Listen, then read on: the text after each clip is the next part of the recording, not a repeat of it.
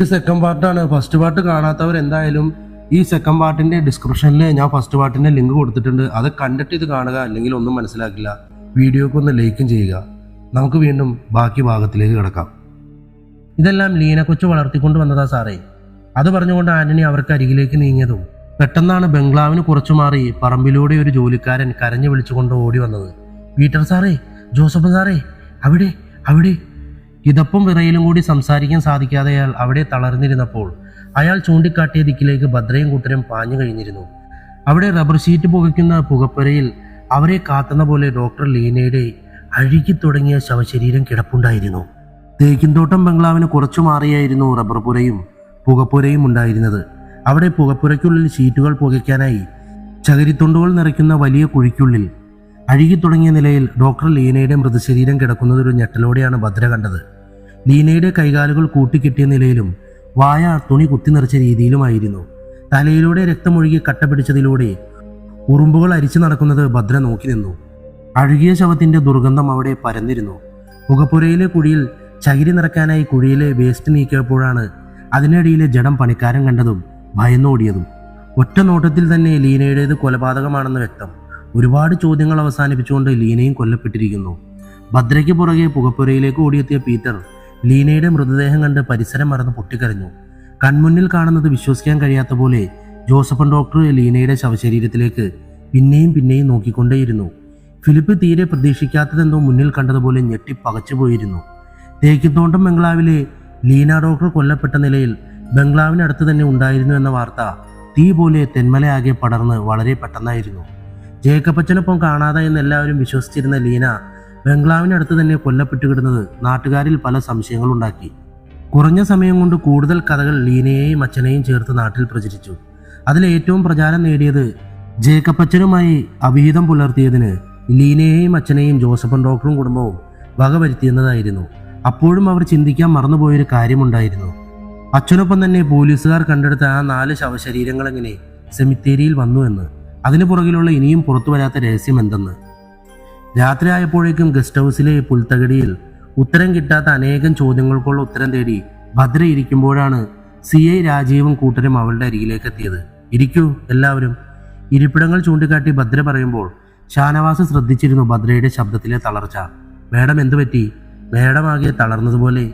നെറ്റിയിലെ മുറിവ് വേദനിക്കുന്നുണ്ടോ മേഡം? അയാൾ ചോദിച്ചു. ഇല്ല ഷാനവാസ്, ഇപ്പോൾ വേദന എൻ്റെ ശരീരത്തിനല്ല, മനസ്സിനാണ്. ഓരോ കുരുക്കുകൾ നമ്മൾ അഴിക്കുന്തോറും കൂടുതൽ കൂടുതൽ അത് നമ്മളെ വരിഞ്ഞു മുറുക്കുകയാണല്ലോ. മനസ്സിലായി മാഡം. ഡോക്ടർ ലീനയുടെ മരണം നമ്മൾ തീരെ പ്രതീക്ഷിക്കാത്ത ഒന്ന് തന്നെയാണ്. ഒന്നുകിൽ ലീന സ്വയം മാറി നിൽക്കുന്നു, അല്ലെങ്കിൽ ജോസഫിനും മക്കളും മാറ്റി നിർത്തിയിരിക്കുന്നു. അതായിരുന്നു നമ്മുടെ ഇതുവരെയുള്ള കണക്കുകൂട്ടൽ. പക്ഷെ അതെല്ലാം പാടെ കാറ്റിൽ പറത്തിയാണ് ഇന്ന് ലീനയുടെ ശവശരീരം കിടന്നിരുന്നത്. ഇനി എന്താണ് മാഡം? ഷാനവാസ് ചോദിച്ചു. കണ്ടുപിടിക്കണം ഷാനവാസ്. നമുക്ക് ഒന്നിനോടൊന്ന് ബന്ധപ്പെട്ട് കിടക്കുന്ന ഈ കേസിന്റെ ഒരു തുമ്പ് നമ്മൾ തേടി കണ്ടെത്തിയാൽ നമ്മൾ വിജയിച്ചു. അതുപോട്ടെ, എന്തായി തേക്കിൻതോട്ടത്തിലെ ബാക്കി കാര്യങ്ങൾ? ലീനയുടെ ശവശരീരം പോസ്റ്റ്മോർട്ടം കഴിഞ്ഞ് നാളെ രാവിലെ മാത്രമേ കിട്ടുകയുള്ളൂ. ഒരു കാര്യം ഉറപ്പാണ് മാഡം, ലീനയുടെ മരണം അത് ജോസഫനും കൂട്ടരും തീരെ പ്രതീക്ഷിക്കാത്ത ഒന്ന് തന്നെയാണ്, SI ഗിരീഷ് പറഞ്ഞു. എങ്ങനെ അങ്ങനെ ഒരു നിഗമനത്തിലെത്താൻ സാധിക്കും ഗിരീഷ്? ഭദ്ര പെട്ടെന്ന് ചോദിച്ചു. മാഡം, അത് അവരുടെ ആ സമയത്തുള്ള പ്രതികരണം നമ്മൾ കണ്ടതല്ലേ, ഗിരീഷ് പറഞ്ഞു. ഗിരീഷ്, താനൊരു ഉത്തരവാദിത്തപ്പെട്ട പോലീസ് ഓഫീസറാണ്. ഇത്തരം കാര്യങ്ങൾ പെട്ടെന്ന് വിലയിരുത്താൻ പാടില്ല മാഡം. അത് ഗിരീഷ് പതർച്ചയോടെ ഭദ്രയെ നോക്കി. കുറ്റപ്പെടുത്തിയതല്ല ഗിരീഷ്. ഇപ്പോൾ ഈ ഒരു അവസരത്തിൽ നമ്മുടെ മുന്നിൽ നിൽക്കുന്ന ഏതൊരാളെയും നമ്മൾ സംശയത്തിന്റെ നിഴലിൽ കൂടി മാത്രമേ നോക്കാൻ പാടുകയുള്ളൂ.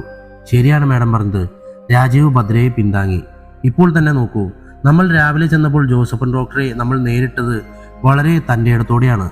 സംശയങ്ങൾ ഉണ്ടെങ്കിൽ അത് ജേക്കബ് അച്ഛനോടോ ലീനയോടോ നേരിട്ട് ചോദിച്ച് മനസ്സിലാക്കാൻ നമ്മളോട് അയാൾ പറഞ്ഞത്. അതായത് അച്ഛൻ മരിച്ചു കഴിഞ്ഞ് പിന്നെ ലീന, അവൾ എവിടെയെന്ന് പോലും ഉറപ്പില്ലാത്ത അവസ്ഥയിൽ ഒരാൾക്ക് എങ്ങനെ പറയാൻ കഴിയില്ല. ഷുവറായിട്ടും ജോസഫിന് അറിയാമായിരുന്നു ലീന ജീവനോടെ തിരിച്ചു വരില്ല എന്ന്. ആ ഉറപ്പ് അയാൾക്ക് എങ്ങനെ കിട്ടി? ഭദ്ര പറഞ്ഞു നിർത്തി. മാഡം, ജോസഫിനെ അറസ്റ്റ് ചെയ്താൽ ഇപ്പോൾ തന്നെ നാട്ടിൽ പലവിധ സംസാരങ്ങളാണ് ബംഗ്ലാവിലുള്ളവരെ പറ്റി, ഷാനവാസ് പറഞ്ഞു. നോ ഷാനവാസ്, ആളുകൾ പറയുന്നത് കേട്ടല്ല നമ്മൾ ഒരാളെ പറ്റി തീരുമാനിക്കേണ്ടത്. നമ്മുടെ കണ്ടെത്തലുകളിലൂടെ ആവണം. നാടൊട്ടുക്കും തേക്കിൻതോട്ടുകാരും നമ്മളും പോലീസുകാരും ലീനയെ തിരഞ്ഞപ്പോൾ അവൾ ആ ബംഗ്ലാവിൻ്റെ അടുത്ത് തന്നെ ഉണ്ടായിരുന്നു. മാത്രമല്ല ജേക്കപ്പച്ചനെയും ലീനയെയും കാണാതായത് ഒരേ രാത്രിയാണ്. പക്ഷെ അച്ഛൻ്റെ ബോഡിയിൽ കണ്ട അത്ര പഴക്കം ലീനയുടെ ശരീരത്തിനില്ല. അതായത് കാണാതായ അന്ന് ലീന കൊല്ലപ്പെട്ടിട്ടില്ല, പിന്നീടാണ് അവൾ മരണപ്പെട്ടത്. I am a correct? Yes madam. അതുപോലെ തന്നെ അവളുടെ തലയുടെ പിൻഭാഗം ശക്തമായി അടിയേറ്റ് തകർന്നിരുന്നു. അതിൽ നിന്നൊഴുകിയ രക്തം ആ പുകപ്പുരയുടെ ഉള്ളിലും അവൾ കിടന്ന കുഴിയിലും ഉണങ്ങി പിടിച്ചിട്ടുണ്ട്. പക്ഷെ വേറെ പറമ്പിൽ എവിടെയും രക്തം വീണ പാടുകളില്ല. അതായത് അവൾ കൊല്ലപ്പെട്ടതോ പുകപ്പുരയുടെ ഉള്ളിൽ വെച്ച് തന്നെയാവണം, അല്ലേ രാജീവ്? അതെ മാഡം. ഇന്ന് ആരാണത് ആദ്യം കണ്ടത്? ആ ജോലിക്കാരൻ തന്നെയല്ലേ? ഭദ്ര ഷാനവാസിനെ നോക്കി. അതെ മാഡം. ലീനയെ കാണാതായതിൽ പിന്നെ കഴിഞ്ഞ കുറച്ച് ദിവസങ്ങളായി ബംഗ്ലാവിലെ പറമ്പിൽ ടാപ്പിങ്ങോ മറ്റു പണികളോ ഒന്നും തന്നെ ഉണ്ടായിരുന്നില്ല. ഇന്നാണ് വീണ്ടും പണികൾ പുനരാരംഭിച്ചത്, അതും ജോസഫൻ പറഞ്ഞിട്ട്. അങ്ങനെ ഒരു പുകപ്പുര വൃത്തിയാക്കാൻ ചെന്നപ്പോഴാണ് ലീനയുടെ ശവശരീരം കാണുന്നത്. പക്ഷേ മാഡം, പുറത്തു വന്നത് പൂർത്തിയാക്കാതെ പെട്ടെന്ന് നിർത്തിയ ഷാനവാസ് ഭദ്രയെ നോക്കി. അവളും അവനെ തന്നെ സൂക്ഷിച്ചു നോക്കിയിരിക്കുകയായിരുന്നു. പറയൂ, എന്തു പറ്റി ഷാനവാസ്? അത് മാഡം, ജോസഫനാണ് ലീനയെ കൊന്ന് അവിടെ ഒളിപ്പിച്ചതെങ്കിൽ പണിക്കാരോട് എങ്ങനെ പണികൾ വീണ്ടും ആരംഭിക്കാൻ പറയും? അപ്പോൾ എസ് ഷാനവാസ്, ഈ ചോദ്യമാണ് കുറേ നേരമായി എന്നെ കൺഫ്യൂഷൻ ആക്കിക്കൊണ്ടിരിക്കുന്നത്. കാരണം നമ്മൾ ഇന്നവിടെ ചെല്ലുമെന്ന മുൻധാരണ അയാൾക്കില്ലെങ്കിലും നമ്മുടെ വരവ് അയാൾ ഏത് നിമിഷവും പ്രതീക്ഷിച്ചിരുന്നു. ആ നിലയ്ക്ക് ഈ കൊല നടത്തിയത് അയാളാണെങ്കിൽ ഇന്നവിടെ ജോലികൾ പുനരാരംഭിക്കാൻ ഒരിക്കലും അയാൾ പറയില്ല. അപ്പോൾ പിന്നെ ആര് കൊന്നു ഡോക്ടർ ലീനയെ? ഭദ്ര ചോദിച്ചു. Madam, Peter? രാജീവ് സംശയത്തോടെ ഭദ്രയെ നോക്കി. യെസ്. ഇനി അങ്ങനെ ഒന്ന് ചിന്തിച്ചു നോക്കാം. പക്ഷെ എന്തിനെന്ന ചോദ്യം അപ്പോഴും ബാക്കിയാണ്. കാരണം ലീനയുടെ നേർക്ക് നമ്മൾ ചൂണ്ടുന്ന ഏതു കുറ്റത്തിനും പീറ്ററിനും പങ്കുണ്ടാകും. അപ്പോൾ ലീനയെ ഇല്ലാതാക്കിയത് കൊണ്ട് മാത്രം അവൻ രക്ഷപ്പെടില്ല. അതുകൊണ്ട് തന്നെ അവനല്ല ലീനയെ കൊന്നത്. പിന്നെയുള്ളത് ഫിലിപ്പാണ്. പക്ഷെ അവന് ഒട്ടും സംശയിക്കാൻ പറ്റുന്നില്ല. കാരണം ലീനയെ കാണാതായ രാത്രിയിൽ തന്നെയാണ് ഫിലിപ്പ് ഇവിടെ ഫ്ലൈറ്റ് ഇറങ്ങിയത്. പക്ഷെ അവൻ ബംഗ്ലാവിൽ എത്തുന്നതിന് മുമ്പ് തന്നെ അച്ഛനും ലീനയും അപ്രത്യക്ഷരായിരുന്നു. ഭദ്ര പറഞ്ഞു നിർത്തിയപ്പോൾ ഉത്തരം കിട്ടാത്ത അനേകം ചോദ്യങ്ങൾക്കിടയിൽ വെട്ടുടറി CI രാജീവനും സംഘവും. മാഡം, അപ്പോൾ ഇവരൊന്നും അല്ലാതെ ഇനിയും പുറത്തൊരാളുണ്ടോ? നമുക്കും ജോസഫിനും ഇടയിൽ? ഷാനവാസ് ചോദിച്ചു. അന്വേഷിച്ച് കണ്ടുപിടിക്കുന്ന ഷാനവാസെ, നമ്മളതെല്ലാം. പക്ഷെ എവിടെ നിന്ന് തുടങ്ങുമെന്നാണ്? പാതി തളർന്ന ശബ്ദത്തിൽ ഭദ്ര പറഞ്ഞപ്പോൾ തങ്ങളുടെ എല്ലാം ഊർജ്ജം നഷ്ടപ്പെടുന്നത് പോലെ ഷാനവാസിന് തോന്നി. ഭദ്ര മേഡത്തിന്റെ ധൈര്യവും തന്റെ ഇടവുമാണ് തങ്ങളെ ഇപ്പോൾ മുന്നോട്ട് നയിക്കുന്നതെന്ന് ഷാനവാസും കൂട്ടരും തിരിച്ചറിയുകയായിരുന്നു. അപ്പോൾ ഗസ്റ്റ് ഹൗസ് ലക്ഷ്യമായ ഒരു വാഹനം വരുന്നത് കണ്ട ഭദ്ര അങ്ങോട്ട് നോക്കി. DGP ദേവദാസും ഹരികുമാറുമായിരുന്നു അത്. ഭദ്രയുൾപ്പെടെ എല്ലാവരും ദേവദാസിന് സല്യൂട്ട് നൽകിയപ്പോൾ അയാൾ അവരുടെ മുഖത്തേക്ക് സൂക്ഷിച്ചു നോക്കി. എപ്പോഴും ആത്മവിശ്വാസം നിറഞ്ഞിരുന്ന ആ മുഖങ്ങളിലെല്ലാം മങ്ങലേറ്റിരിക്കുന്നു. എന്തു പറ്റി ഭദ്ര? Nothing sir. എവിടെ തുടങ്ങണമെന്നൊരു കൺഫ്യൂഷൻ. ഭദ്ര തല താഴ്ത്തിക്കൊണ്ട് പറഞ്ഞു. ഭദ്ര, കമോൺ, തനിക്ക് എന്തു പറ്റി? ഇതിനേക്കാൾ വലിയ കേസുകൾ കണ്ടുപിടിച്ച് തെളിയിച്ചവളല്ലേ താൻ. എന്നിട്ടിപ്പോൾ എന്തു പറ്റി? ദേവദാസ് ഭദ്രയുടെ ചുമലിൽ പിടിച്ചു കുലുക്കി. സാർ, അതിപ്പോൾ ലീനയും കൊല്ലപ്പെട്ടപ്പോൾ മനസ്സിലാകിയ ഒരു ഭയം. എന്തു ഭയം ഭദ്ര? അവശേഷിക്കുന്ന 4 പെൺകുട്ടികളെ കൂടി നമുക്ക് നഷ്ടപ്പെടുമോ എന്ന്. ഭദ്രയുടെ ചോദ്യം ചെന്ന് തറച്ചത് അവിടെ കൂടി എല്ലാവരുടെയും നെഞ്ചിലായിരുന്നു. Bhadra, what you mean? Sir, നമ്മൾ അടുത്ത് ചെല്ലുന്തോറും ഓരോ ജീവനുകൾ നഷ്ടപ്പെട്ടു പോയാൽ? ഭദ്ര. പെട്ടെന്ന് ദേവദാസിന്റെ ശബ്ദമുയർന്നതും ഭദ്ര അമ്പരപ്പോടെ അയാളെ നോക്കി. ലുക്ക് ഭദ്ര, താനൊരു ധൈര്യമുള്ള പെണ്ണാണെന്നാണ് ഞാൻ ഇതുവരെ കരുതിയത്. പക്ഷേ തന്റെ ഇപ്പോഴത്തെ ഈ ആറ്റിറ്റ്യൂഡ് അതൊരു സാധാരണ പെണ്ണിന്റെയാണ്. പ്രതിസന്ധികളിൽ തളരുന്ന സാധാരണ പെണ്ണിന്റെ. ദേവദാസ് കനത്ത ശബ്ദത്തിൽ പറഞ്ഞു നിർത്തി. Sorry sir. അത് പറഞ്ഞുകൊണ്ട് ഭദ്ര അയാളെ നോക്കി. ഓക്കെ, ഇപ്പോൾ ഞാൻ വന്നത് ഇത് തരാനാണ്. അത് പറഞ്ഞുകൊണ്ട് ദേവദാസ് കയ്യിലിരുന്ന ഫയൽ ഭദ്രയുടെ നേരെ നീട്ടി. Postmortem report. ഭദ്ര വേഗം അത് തുറന്നു നോക്കി. അവളുടെ മുഖത്ത് പലവിധ ഭാവങ്ങൾ മിന്നിമറഞ്ഞു. ആ പെൺകുട്ടികളുടെ റിപ്പോർട്ട് നോക്കിയതും ഭദ്ര അവിശ്വസനീയതയോടെ ദേവദാസിനെ നോക്കി. ആ റിപ്പോർട്ടിലൂടെ കണ്ണോടിച്ച് ഓരോരുത്തരും ഞെട്ടലോടെ ദേവദാസിനെയും ഭദ്രയെയും പകച്ചു നോക്കി. സാർ, ഇത് ഭദ്രയുടെ ശബ്ദം പതറുന്നുണ്ടായിരുന്നു അപ്പോൾ. യെസ് ഭദ്ര. ജേക്കപ്പച്ചന്റെയും ശവക്കുഴി തുമ്മിയുടെയും മരണം അവരിൽ ഹൃദയസ്തംഭനം ഉണ്ടാവാനുള്ള മരുന്ന് ഇഞ്ചക്ട് ചെയ്തതുകൊണ്ടാണ്. പക്ഷെ ആ പെൺകുട്ടികൾ? അദ്ദേഹം പറഞ്ഞു വന്നത് പൂർത്തിയാക്കാതെ ഭദ്രയുടെ മുഖത്തേക്ക് നോക്കി. സാർ, ഇങ്ങനെയൊക്കെ അതെങ്ങനെ സംഭവിക്കും സാർ? അവൾ പകച്ച മിഴികളോടെ ദേവദാസിനെ നോക്കി. സംഭവിക്കുമെന്നല്ല ഭദ്ര, സംഭവിച്ചു കഴിഞ്ഞു. അത് മരിച്ച 3 പെൺകുട്ടികളിൽ ഓരോരുത്തരുടെയും ഉള്ളിൽ 5 മാസത്തോളം പ്രായമുള്ള 6 ജീവനുകളുണ്ടായിരുന്നു. മൊത്തം 18 ജീവനുകൾ. അവയുടെ അനിയന്ത്രിതമായ വളർച്ചയെ തുടർന്ന് വയറ് പിളർന്നാണ് അവരുടെ മരണം സംഭവിച്ചിരിക്കുന്നത്. DGP ദേവദാസ് പറഞ്ഞു നിർത്തിയപ്പോൾ ആ വാക്കുകൾ ഉൾക്കൊള്ളാൻ കഴിയാത്ത വിധം ഭദ്രയുടെ കാതുകൾ പൊട്ടിയടക്കപ്പെട്ടിരുന്നു. മനസ്സിൽ 1000 ചോദ്യങ്ങളുമായി ഭദ്ര പുൽത്തകിടിയിൽ ഇരുന്നു പോയപ്പോൾ ദേവദാസ് ഉൾപ്പെടെ എല്ലാവരും അവളെ തന്നെ നോക്കി നിന്നു. ഭദ്ര. ദേവദാസ് അവളുടെ അരികിലേക്ക് ഇരുന്നു. എന്തു പറ്റിയിടോ താൻ ഇത്രയും അപ്സെറ്റ് ആവാൻ? ആ പെൺകുട്ടികളുടെ മിസ്സിങ്ങും മർഡറുമെല്ലാം അസാധാരണമായത് എന്തോ ഉണ്ടെന്ന് നമ്മൾ ആദ്യം തന്നെ കണക്ക് കൂട്ടിയതല്ലേ, പിന്നെ താനിങ്ങനെ? യെസ് സാർ, അവരുടെ മരണത്തിൽ ദുരൂഹത ഞാൻ പ്രതീക്ഷിച്ചിരുന്നു. പക്ഷെ ഇത്രത്തോളം കരുതിയില്ല. കരുതണം ഭദ്ര, കാരണം ഇതിന്റെ പിന്നിലുള്ള ശത്രുക്കൾ നിസ്സാരക്കാരല്ല. ഒപ്പം തന്നെ അവരിൽ മനസാക്ഷി എന്നൊന്നില്ല.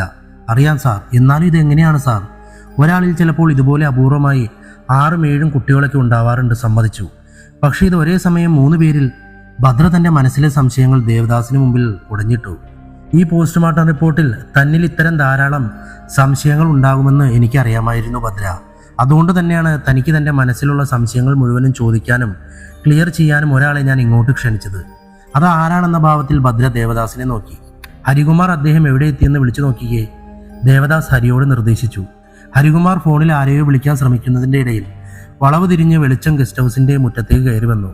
അദ്ദേഹം എത്തി സാർ, ഹരികുമാർ പറഞ്ഞു. കാറിൽ നിന്നിറങ്ങിയ ആളെ ഭദ്ര തിരിച്ചറിഞ്ഞു. Retired police surgeon Iqbal Muhammad. Hello Iqbal Muhammad, Devadas വിളിച്ചു. ഇക്ബാൽ ദേവദാസിന്റെ അരികിലെത്തി. തുടർന്ന് അവിടെ നിൽക്കുന്ന ഓരോരുത്തരിലും അയാളുടെ കണ്ണുകൾ പതിഞ്ഞു. ഭദ്രയെ നോക്കിയതും അയാളുടെ കണ്ണിൽ ആശ്ചര്യം തെളിഞ്ഞത് ദേവദാസ് ശ്രദ്ധിച്ചു. എന്തു പറ്റി ഇക്ബാൽ തനിക്ക്? എന്റെ കുട്ടിയെ കണ്ടപ്പോൾ ഒരു ആശ്ചര്യം പോലെ അദ്ദേഹം ചോദിച്ചു. നത്തിൻ ദേവദാസ്, ഭദ്ര IPS എന്ന് എല്ലാവരും പറഞ്ഞ് ഞാൻ കേട്ടിട്ടുണ്ട്. പക്ഷേ കാണുന്നത് ആദ്യമാണ്. ഇത്രയും ചെറിയൊരു പെൺകുട്ടിയാണോ ഈ കേസ് കൈകാര്യം ചെയ്യുന്നത്? അതോർത്തപ്പോൾ ഒരു ആശ്ചര്യം. അതാണ് സാർ, ഞാൻ ഒറ്റയ്ക്കല്ല. എൻ്റെ കൂടെ ഇവരെ പോലെ കാക്കിയെ സ്വന്തം ജീവനേക്കാൾ സ്നേഹിക്കുകയും വിശ്വസിക്കുകയും ചെയ്യുന്ന കുറേ പേർ കൂടിയുണ്ട്, ഭദ്ര പറഞ്ഞു. ഓ യെസ്, സമ്മതിക്കുന്നു. പക്ഷേ ഇവൻ പത്രക്കാരനല്ലേ, ഇവനെന്താ ഇവിടെ? പാതി കളിയാക്കിയും കാര്യമായും ഇക്ബാൽ ചോദിച്ചു. സാർ, ഹരി സാധാരണ പത്രക്കാരനല്ല. ഓരോ കേസിന്റെയും പുറകെ പോലീസുകാരോടൊപ്പം ജോലി ചെയ്ത് ശേഖരിക്കുന്ന വിവരങ്ങൾ ചേർത്ത് വിശദമായി സത്യസന്ധമായി വാർത്തകൾ നൽകുന്ന ഒരാളാണ് ഹരി. എൻ്റെ ആത്മമിത്രം കൂടിയാണ്, ഭദ്ര പറഞ്ഞു. ഓക്കെ ഭദ്ര, ഇനി നമുക്ക് കാര്യത്തിലേക്ക് കടക്കാം. തനിക്ക് ഒരുപാട് സംശയങ്ങളുണ്ടാവും. ഇന്നത്തെ പോസ്റ്റ്മോർട്ടം റിപ്പോർട്ട് കിട്ടിയാലെന്ന് അറിയാവുന്നത് കൊണ്ടാണ് ദേവദാസ് അതുമായി ആദ്യം എൻ്റെ അരികിലേക്ക് എത്തിയത്. തനിക്കെന്നല്ല, ആർക്കും ഉണ്ടാവും ധാരാളം സംശയങ്ങൾ. കാരണം ഈ വക കാര്യങ്ങൾ നമ്മൾ സാധാരണക്കാരുടെ ചിന്താശേഷിക്കും അപ്പുറമാണ്. അതുകൊണ്ടുകൂടിയാണ് ഞാൻ എനിക്കറിയാവുന്ന കാര്യങ്ങൾ പറഞ്ഞു തരാനായി ഇങ്ങോട്ട് വന്നത്. ഇക്ബാൽ ഭദ്രയുടെ കയ്യിൽ നിന്ന് ആ റിപ്പോർട്ടുകൾ വാങ്ങി. ഭദ്ര, ഇതിൽ അച്ഛൻ്റെയും തുമ്മിയുടെയും മരണത്തെപ്പറ്റി തനിക്ക് എന്തെങ്കിലും കൂടുതൽ സംശയങ്ങളുണ്ടോ? ഇല്ല സാർ, കാരണം അവരുടെ ദേഹത്ത് പുറമെ പരിക്കുകൾ കാണാതിരുന്നപ്പോൾ തന്നെ ഞാൻ ഇങ്ങനെയൊന്ന് പ്രതീക്ഷിച്ചിരുന്നു. പക്ഷെ ആ പെൺകുട്ടികൾ, അവരുടെ മരണമാണ് എന്നെ ആശയക്കുഴപ്പത്തിലാക്കിയത്. ഓക്കെ ഭദ്ര, ഇനി ഞാൻ പറയുന്നത് താനും തൻ്റെ സഹപ്രവർത്തകരും ശ്രദ്ധയോടെ കേൾക്കണം.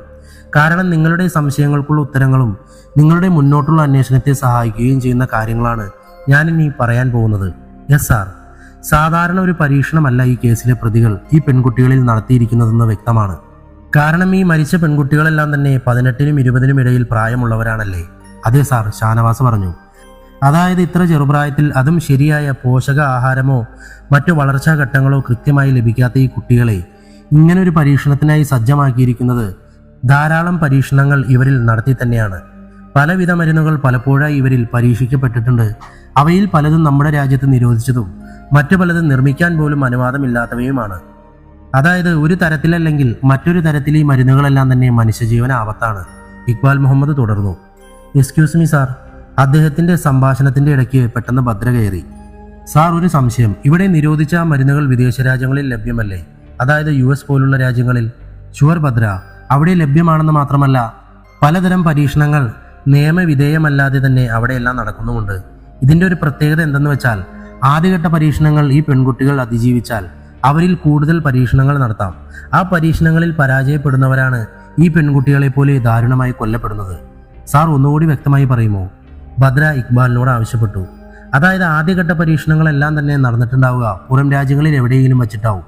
രണ്ടാം ഘട്ട പരീക്ഷണങ്ങളെല്ലാം ഈ കുട്ടികൾ നേരിട്ടത് ഇവരുടെ കൃത്യമായ സുരക്ഷ പോലും ഉറപ്പാക്കാത്ത അവസ്ഥയിലാവും. രണ്ടാം ഘട്ട പരീക്ഷണം എന്ന് പറഞ്ഞാൽ ശാരീരികമായുള്ള പരീക്ഷണമാണ്. അതായത് 1-2 കുട്ടികൾ കിടന്നു വളരേണ്ട ഇവരുടെ ഗർഭപാത്രത്തെ പരീക്ഷണ മരുന്നുകൾ നൽകി വികസിപ്പിക്കുന്നു. അതിനുശേഷം പുറത്തു വെച്ച് സങ്കലനം നടത്തി 5-6 ഭ്രൂണങ്ങളെ ഇവരിൽ ഒരുമിച്ച് നിക്ഷേപിക്കുന്നു. സാർ, കേൾക്കുന്നത് വിശ്വസിക്കാൻ കഴിയാതെ ഭദ്രയും സംഘവും ഇക്ബാൽ മുഹമ്മദിനെയും പകച്ചു നോക്കി. യെസ് ഭദ്ര, അതാണ് ഇവിടെ സംഭവിച്ചത്. പക്ഷെ അതുകൊണ്ടും തീർന്നിട്ടില്ല ഇവരുടെ പരീക്ഷണങ്ങൾ. സാർ, വാട്ട് യു മീൻ? ഭദ്ര ചോദിച്ചു. അതായത് ഇവരിൽ നിക്ഷേപിച്ച ഓരോ ഭ്രൂണവും പ്രത്യേക പരീക്ഷണങ്ങൾക്ക് വിധേയമായതാവണം എന്ന് വേണം നമുക്ക് അനുമാനിക്കാം. കാരണം ആ അഴുകിയ അവസ്ഥയിലും അവയുടെ വളർച്ച ആരെയും അത്ഭുതപ്പെടുത്തുന്നതാണ്. അതായത് പല ജീനുകൾ ചേർന്നതാണ് അവയോരോന്നും. അതുകൊണ്ടാണ് ആ പെൺകുട്ടികൾ വയറ് പിളർന്നു മരിക്കേണ്ടി വന്നത്. കാരണം പരീക്ഷണാർത്ഥം ഇവരിൽ ഉപയോഗിച്ച പല മരുന്നുകൾ ഇവരുടെ ശരീരത്തെ തീരെ നേർത്ത ബലമില്ലാത്ത രീതിയിലാക്കി എന്ന് വേണം അനുമാനിക്കാൻ. അല്ലെങ്കിൽ ഒരു പരിധിക്കപ്പുറം ആ കുഞ്ഞുങ്ങൾ ഗർഭപാത്രത്തിൽ കിടക്കാൻ പറ്റാത്ത വിധം വളർന്നു എന്നും കരുതണം.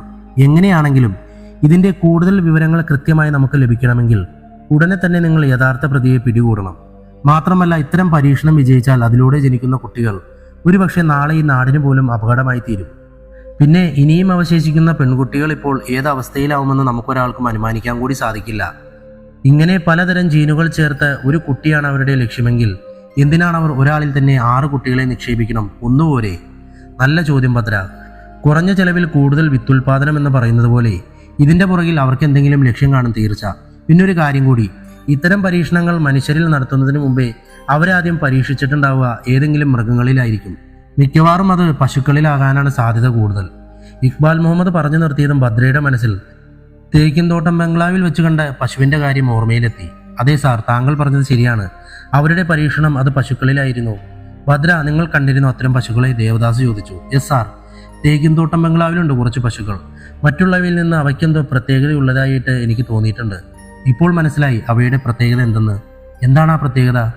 വലിയ തരം വയറുകളായിരുന്നു സാർ അവയ്ക്ക് ഓരോന്നിനും, കൂടാതെ പ്രത്യേകതരം വളർച്ചയും. ഭദ്ര പറഞ്ഞു.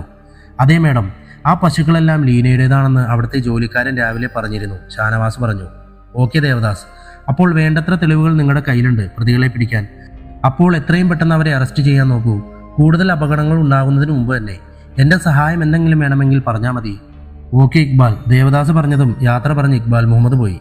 അദ്ദേഹം പോയതിനു ശേഷം ഭദ്രയും സംഘവും കാര്യങ്ങൾ കൃത്യമായ രീതിയിൽ ഒരു ഏകോപനം നടത്തി. അനാഥാലയത്തിൽ നിന്ന് കൊണ്ടുപോയ 11 കുട്ടികളിൽ ആദ്യ പരീക്ഷണം നേരിട്ട 4 പെൺകുട്ടികൾ പരീക്ഷണം പരാജയപ്പെട്ടതിനെ തുടർന്ന് നാട്ടിലെത്തിയെങ്കിലും ആരുടെയോ ഭീഷണിക്ക് വഴങ്ങി കാര്യങ്ങളെല്ലാം അച്ഛനിൽ നിന്നുപോലും മറച്ചുവെച്ചു. ഒരുപക്ഷെ മറ്റു കുട്ടികൾ തേക്കിൻതോട്ടംകാരുടെ കയ്യിൽ തന്നെയായതിനാലാവാം അത് പിന്നീട് അവർ കൊല്ലപ്പെട്ടുവെങ്കിലും അതൊരു സാധാരണ അപകടം മാത്രമായി തീർന്നത്. അതിനുശേഷം ബാക്കിയുള്ള 7 കുട്ടികൾ വിദേശത്തുള്ള പരീക്ഷണങ്ങൾ വിജയിച്ചതിനെ തുടർന്ന് ഇവിടെ എത്തിയെങ്കിലും തുടർ പരീക്ഷണങ്ങളിൽ അവർ 3 പേർ ദാരുണമായി കൊല്ലപ്പെട്ടു. ഇനി അവശേഷിക്കുന്ന 4 കുട്ടികളുടെ അവസ്ഥ എന്താണെന്ന് പോലും അറിയില്ല. ഇത്രയുമാണ് സാർ നമ്മുടെ ഇപ്പോഴത്തെ നിഗമനങ്ങൾ. ഇനി മുമ്പോട്ട് നീങ്ങണമെങ്കിൽ തേക്കിൻതോട്ടംകാര് നമ്മുടെ കസ്റ്റഡിയിലാവണം സാർ. ഓക്കെ ഭദ്ര, ഇനി കൂടുതൽ തെളിവുകൾ കിട്ടാനായി കാത്തിരിക്കേണ്ട കാര്യമില്ല. കാരണം ആ വീട്ടിൽ കണ്ട പശുക്കളിലൂടെ തന്നെ നമുക്ക് ജോസഫലിലേക്ക് വിരൽ ചൂണ്ടാം. ഇനി ബാക്കി അവിടെ നിന്ന് കണ്ടെത്താം നമുക്ക്. ഓക്കെ? Yes sir. ബംഗ്ലാവും അവിടെയുള്ള ഓരോരുത്തരും നമ്മുടെ നിരീക്ഷണത്തിലാണ് സാർ. ഇപ്പോൾ തന്നെ ഞങ്ങൾ അങ്ങോട്ട് തിരിക്കുകയാണ്. അതുപോലെ ആദ്യം കൊല്ലപ്പെട്ട കുട്ടികളുടെ ശരീരം കൂടി നമുക്ക് സെമിത്തേരിയിൽ നിന്നെടുക്കണം. ഓക്കെ ഭദ്ര, നിങ്ങൾ ബംഗ്ലാവിലേക്ക് പോയിക്കോ. വേണ്ടത്ര ഫോഴ്സിനെയും കൂട്ടുക. ഇവിടെ ബാക്കിയെല്ലാം ഞാൻ റെഡിയാക്കിക്കോളാം. Yes sir. DGP ദേവദാസിന് സെല്യൂട്ട് നൽകിയ ഭദ്രയും സംഘവും തേക്കിൻതോട്ടത്തിലേക്ക് പുറപ്പെട്ടു. തേക്കിൻതോട്ടം ബംഗ്ലാവിൽ ഈ സമയം ജോസഫൻ ഡോക്ടറും മകൻ പീറ്ററും തമ്മിൽ ഗംഭീര വാക്കേറ്റം നടക്കുകയായിരുന്നു. ലീനയുടെ മരണമറിഞ്ഞ് ബംഗ്ലാവിൽ എത്തിയ ആളുകൾക്കിടയിൽ നിന്ന് മാറി അകത്തെ ഓഫീസ് മുറിയിലായിരുന്നു അവരപ്പോൾ. ഡാഡി എന്തൊക്കെ പറഞ്ഞാലും ശരി, ലീനയുടെ മരണത്തിൽ ഡാഡിക്ക് പങ്കില്ലെന്ന് ഡാഡി എത്ര പറഞ്ഞാലും ഞാൻ വിശ്വസിക്കില്ല. പീറ്റർ ജോസഫിന് നേരെ പതുക്കെ ശബ്ദമുയർത്തി. പീറ്റർ, നീ വെറുതെ ഓരോന്ന് വിളിച്ചു പറയുകയാണ്. ഞാൻ എന്തിന് അവളെ ഇല്ലാതാക്കണം? ജോസഫൻ ചോദിച്ചു. എന്തിനെന്ന് ചോദിച്ചാൽ അത് ഡാഡിക്ക് മാത്രമേ അറിയൂ. രാവിലെ പോലീസ് വന്നപ്പോൾ എല്ലാ കാര്യങ്ങളും ഡാഡി ലീനയുടെ തലയിൽ ബുദ്ധിപൂർവ്വം കെട്ടിവെച്ചപ്പോൾ എനിക്ക് സംശയം തോന്നിയതാ. പീറ്റർ, അത് അന്നേരം എനിക്ക് തോന്നിയൊരു ബുദ്ധിയാണ്, അല്ലാതെ ഞാൻ ആ സമയം വേറെ വഴിയൊന്നും കണ്ടില്ല. അതിന് നീ ഇങ്ങനെ എന്നെ സംശയിക്കുന്നത് എനിക്ക് വിഷമം മോനെ. എങ്ങനെ സംശയിക്കാതിരിക്കും ഡാഡി? എനിക്കും ഡാഡിക്കും ലീനയ്ക്കും മാത്രം നമ്മുടെ കാര്യങ്ങൾ ഇവിടെ അറിയുകയുള്ളൂ. പിന്നെയുള്ളത് ലീനയുടെ പാരൻസ് ആണ്. അവർ US-ലാണ്. ലീനയുടെ മിസ്സിംഗ് പോലും നമ്മളവരെ അറിയിച്ചിട്ടില്ല. അതുകൊണ്ട് നീ എന്താണ് ഉദ്ദേശിക്കുന്നത്? ഞാൻ ലീനയെ ഇല്ലാതാക്കിയെന്നോ? അതെ ഡാഡി, അങ്ങനെ സംശയിക്കാൻ ധാരാളം കാരണങ്ങളുണ്ട്. നമ്മുടെ രഹസ്യങ്ങൾ മമ്മി കണ്ടുപിടിച്ചപ്പോൾ യാതൊരു ദയയും കാണിക്കാതെയാണ് മമ്മിയെ ഈ അവസ്ഥയിൽ ഡാഡി ആക്കിയത്. അറിയാലോ, ഡാഡിയുടെ കയ്യിൽ നിന്ന് രക്ഷപ്പെട്ടു ഓടുന്നതിൻ്റെ ഇടയിലാണ് അപ്സ്റ്റെയറിൽ നിന്ന് മമ്മി വീണത്. അതുപോലെ നമ്മളിലേക്ക് എത്തിയ ശവക്കുഴി തൊമ്മിയെയും ജേക്കപ്പച്ചനെയും ഇല്ലാതാക്കിയത് ഡാഡി തന്നെയാണ്. ഇപ്പോൾ അവസാനം നമ്മുടെ പരീക്ഷണങ്ങൾ പരാജയത്തിലേക്ക് നീങ്ങുകയും പോലീസ് നമ്മളെ നിരീക്ഷിക്കുകയും ചെയ്തു തുടങ്ങിയപ്പോൾ ഡാഡി എല്ലാ കുറ്റവും ലീനയിലേക്ക് അയച്ച് അവളെ ഇല്ലാതാക്കി. ഇതല്ലേ സത്യം? പീറ്റർ കിതച്ചുകൊണ്ട് ചോദിച്ചു. ഒരിക്കലും ഞാൻ ലീനയെ ഒന്നും ചെയ്തിട്ടില്ല മോനെ. ലീനയെ ഉപയോഗിച്ച് അച്ഛനെ ഇവിടെ ബംഗ്ലാവിൽ നമ്മൾ വിളിച്ചു വരുത്തി. അതിനുശേഷം മരുന്ന് കുത്തിവെച്ച് അച്ഛനെ ഞാനും നീയും ചേർന്നാണ് കൊന്നതും പിന്നീട് നമ്മൾ ഒരുമിച്ചാണ് സെമിത്തേരിയിലേക്ക് കൊണ്ടുപോയതും. നമ്മൾ പോകുമ്പോൾ ഇവിടെ ഉണ്ടായിരുന്നു ലീനാമോൾ. അപ്പോഴാണ് ഞാൻ അവളെ അവസാനമായി കാണുന്നത്, നിന്നെപ്പോലെ തന്നെ. പിന്നീട് അവൾക്ക് സംഭവിച്ചത് എന്താണെന്ന് എനിക്കറിയില്ല.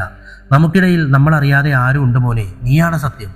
പീറ്ററിന്റെ തലയിൽ കൈവച്ച് സത്യം ചെയ്യാൻ പോയ ജോസഫൻ പെട്ടെന്ന് ഞെട്ടിത്തെറിച്ച് നിന്നുപോയി. കയ്യിലെ ഫോണിൽ അവരെയും അവരുടെ സംഭാഷണങ്ങളെയും പകർത്തിക്കൊണ്ട് ഓഫീസ് റൂമിലുള്ള ഷെൽഫിന്റെ പുറകിൽ ഫിലിപ്പ് നിൽക്കുന്നുണ്ടായിരുന്നു, കത്തിക്കാളുന്ന മുഖവുമായി. എടാ, തങ്ങൾ സംസാരിച്ചതെല്ലാം ഫിലിപ്പ് കേട്ടുവെന്ന് മനസ്സിലാക്കിയ ജോസഫൻ അലറിക്കൊണ്ട് ഫിലിപ്പിന് നേരെ ചെന്നതും തനിക്ക് നേരെ പാഞ്ഞു വരുന്ന ഡാഡിയെ പീറ്ററിന്റെ നേരെ ഊക്കോടെ തള്ളിയിട്ട് ഫിലിപ്പ് വാതിൽ തുറന്ന് പുറത്തേക്ക് ഓടി. ഓഫീസ് റൂമിന്റെ വാതിൽ തുറന്ന് പുറത്തേക്ക് കുതിക്കുന്ന ഫിലിപ്പിന്റെ പുറകെ അവനെ പിടിക്കാനായി പീറ്ററും ഓടി. പീറ്ററെ, വിടരുത് അവനെ പുറത്തോട്ട്, വേഗം പിടിക്കേ. വീട് കിടന്നിടത്ത് നിന്ന് എഴുന്നേൽക്കുന്നതിൻ്റെ ഇടയിൽ ജോസഫൻ പീറ്ററിനെ നോക്കി വിളിച്ചു പറഞ്ഞു. ഓഫീസ് റൂമും ഹാളും പിന്നിട്ട് ഫിലിപ്പ് മുറ്റത്തേക്ക് ചാടി പരിഭ്രമത്തോടെ ഓടുന്നതും അവന് പിന്നാലെ പിടിക്കാനെന്ന വണ്ണം പീറ്റർ ഓടുന്നതും കണ്ട് അവിടെ കൂടിയിരുന്നവർ കാരണമറിയാതെ പരസ്പരം പകച്ചു നോക്കി. തേക്കിൻതോട്ടം ബംഗ്ലാവിന് പുറത്തേക്ക് കിടക്കുകയാണ് ഫിലിപ്പിന്റെ ലക്ഷ്യമെന്ന് മനസ്സിലാക്കിയതും പീറ്റർ ഓട്ടം നിർത്തി. അൻവറേ, തങ്കച്ച, പിടിയവനെ! ഓട്ടം നിർത്തി ബംഗ്ലാവിന് നേരെ തിരിഞ്ഞ് പീറ്റർ അലറിയതും ബംഗ്ലാവിന് അവിടെ ഇവിടെ അലസമായി നിന്നിരുന്ന ഒരു കൂട്ടം ചെറുപ്പക്കാർ ഫിലിപ്പിന് നേരെ കുതിക്കുന്നത് കണ്ട് ബംഗ്ലാവിലുള്ളവർ ചോദ്യഭാവത്തിൽ അവിടേക്ക് വന്ന ജോസഫിനെ നോക്കിയെങ്കിലും അയാളുടെ നോട്ടം ഫിലിപ്പായിരുന്നു. തനിക്ക് പിന്നാലെ പാഞ്ഞെടുക്കുന്നവരെ ഫിലിപ്പ് ഒരു വട്ടം തിരിഞ്ഞു നോക്കിയതും മുമ്പിലുണ്ടായിരുന്ന ചെടിച്ചട്ടിയിൽ തട്ടിമറിഞ്ഞവൻ പുൽത്തകീടിയിലേക്ക് വീണു. അൻവറെ, പിടിയവനെ! പീറ്റർ അലറി. ഓടിയെടുത്തവർ ഫിലിപ്പിന് ചുറ്റും നിരന്നു നിന്നപ്പോൾ പല്ലുറുമിക്കൊണ്ട് പീറ്റർ അവന് നേരെ ചെന്നതും കൈ വീശിയവന്റെ മുഖത്തൊന്ന് പൊട്ടിച്ചത് ക്ഷണനേരത്തിന്റെ ഉള്ളിലായിരുന്നു. അടികൊണ്ട ഫിലിപ്പ് പുറകിലേക്ക് വേച്ചുപോയി. കള്ള നായെ! വായിൽ വന്നൊരു തെറിയോടെ പീറ്റർ ഫിലിപ്പിനെ വീണ്ടും ആക്രമിക്കാൻ ഒരുങ്ങിയതും അതിനെ തടഞ്ഞുകൊണ്ട് ജോസഫൻ സിറ്റൗട്ടിൽ നിന്ന് അവർക്കരികിലേക്ക് വന്നു. എടാ പീറ്ററെ, അവന്റെ കയ്യിൽ നിന്ന് ആ ഫോൺ ഇങ്ങെടുക്ക്, എന്നിട്ട് അവന്റെ തള്ളയുടെ മുറിയിൽ കൊണ്ടുപോയി പൂട്ടിയിട്. ജോസഫൻ പറഞ്ഞതും പീറ്റർ ഫിലിപ്പിന്റെ ജീൻസിലിരിക്കുന്ന ഫോൺ എടുക്കാനായി കൈ നീട്ടി.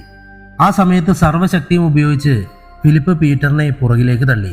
വലിയൊരു ശബ്ദത്തോടെ പീറ്റർ പുറകോട്ട് വീണതും അവന് ചുറ്റും നിന്നവരുടെ ശ്രദ്ധയൊന്ന് പാടി. ആ സമയം ഫിലിപ്പ് വീണ്ടും മുന്നോട്ട് കുതിച്ച് പുറകെ പീറ്ററിന്റെ അനുയായികളും. ഗേറ്റ് കടന്ന് പുറത്തേക്ക് വാഞ്ഞ ഫിലിപ്പ് പെട്ടെന്ന് മുന്നിൽ വന്ന് ബ്രേക്ക് അമർത്തിയ ഒരു വാഹനത്തിൽ തട്ടി താഴേക്ക് വീണു.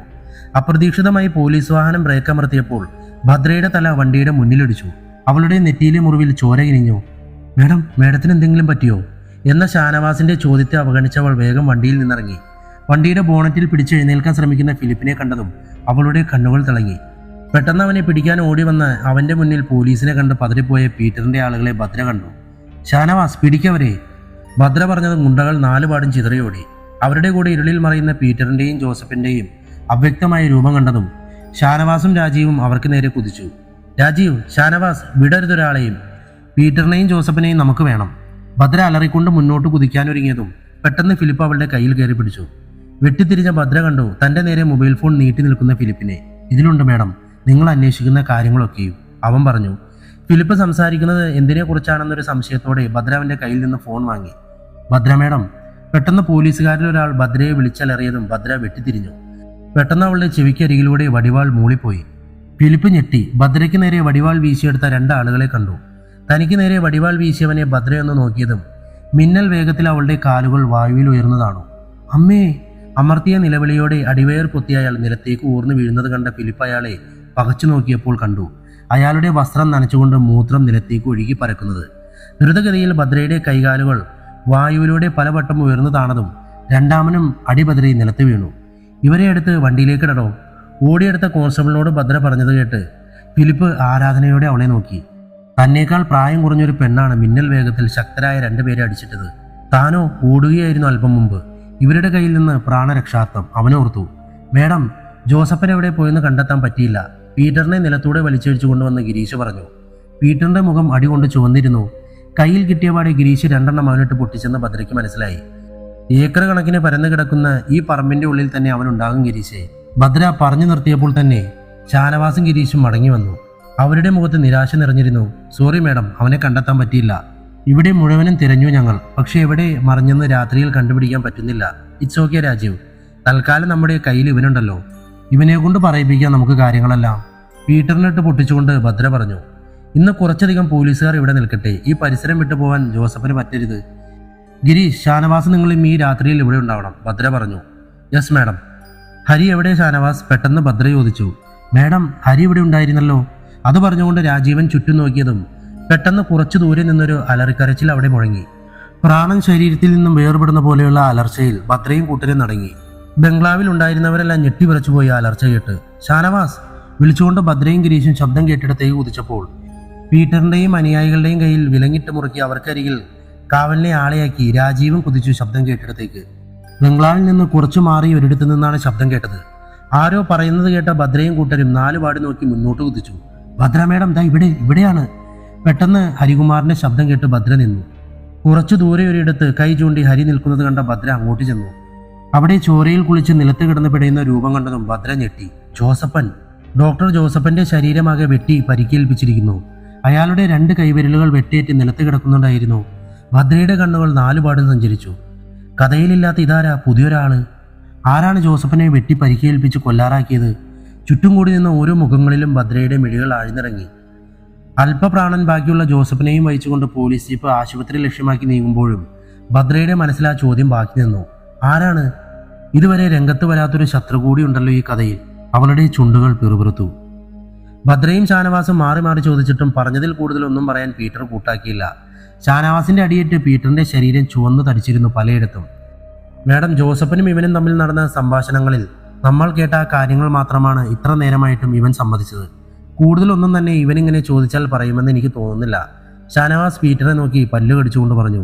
വെയിറ്റ് ഷാനവാസ്, ഇവനെ കൊണ്ട് എങ്ങനെ പറയിപ്പിക്കാമെന്ന് നമുക്കറിയാലോ. തൽക്കാലം ഇവനിവിടെ കിടക്കട്ടെ, പച്ച വെള്ളം കൊടുക്കണ്ട. ശരി മാഡം. പിറ്റേന്ന് പുലർച്ചെ DGP ദേവദാസിന് മുമ്പിൽ നിൽക്കുമ്പോൾ ഭദ്രയുടെ മുഖത്ത് നിറയെ ആശങ്കകൾ മാത്രമായിരുന്നു. എന്താണ് ഭദ്ര മൊത്തത്തിലുള്ള അവസ്ഥ? ജോസഫിന്റെ കാര്യം എങ്ങനെ? രക്ഷപ്പെടുമോ അവൻ? സാർ, അയാളുടെ കാര്യത്തിൽ ഡോക്ടർമാർ ഇതുവരെയും ഒന്നും പറഞ്ഞിട്ടില്ല. 12 വെട്ടാണ് അയാളുടെ ശരീരത്തിൽ. അതിൽ തന്നെ കഴുത്തിനേറ്റ മുറിവ് മാരകമാണ്. ജോസഫിനെ ഇല്ലാതാക്കാൻ വേണ്ടി തന്നെ വെട്ടിയതാണ് ശത്രു, ഭദ്ര പറഞ്ഞു. ആരാണ് ഭദ്ര അത്? നിങ്ങളെല്ലാം അവിടെയുള്ളപ്പോൾ തന്നെ ഇങ്ങനെ ചെയ്യണമെങ്കിൽ അവൻ നിസ്സാരക്കാരനല്ല, ദേവദാസ് പറഞ്ഞു. നമ്മൾ ഓരോന്ന് കണ്ടുപിടിച്ചു വരുമ്പോഴും വേറൊന്ന് രൂപം കൊള്ളുകയാണല്ലോ ഭദ്ര.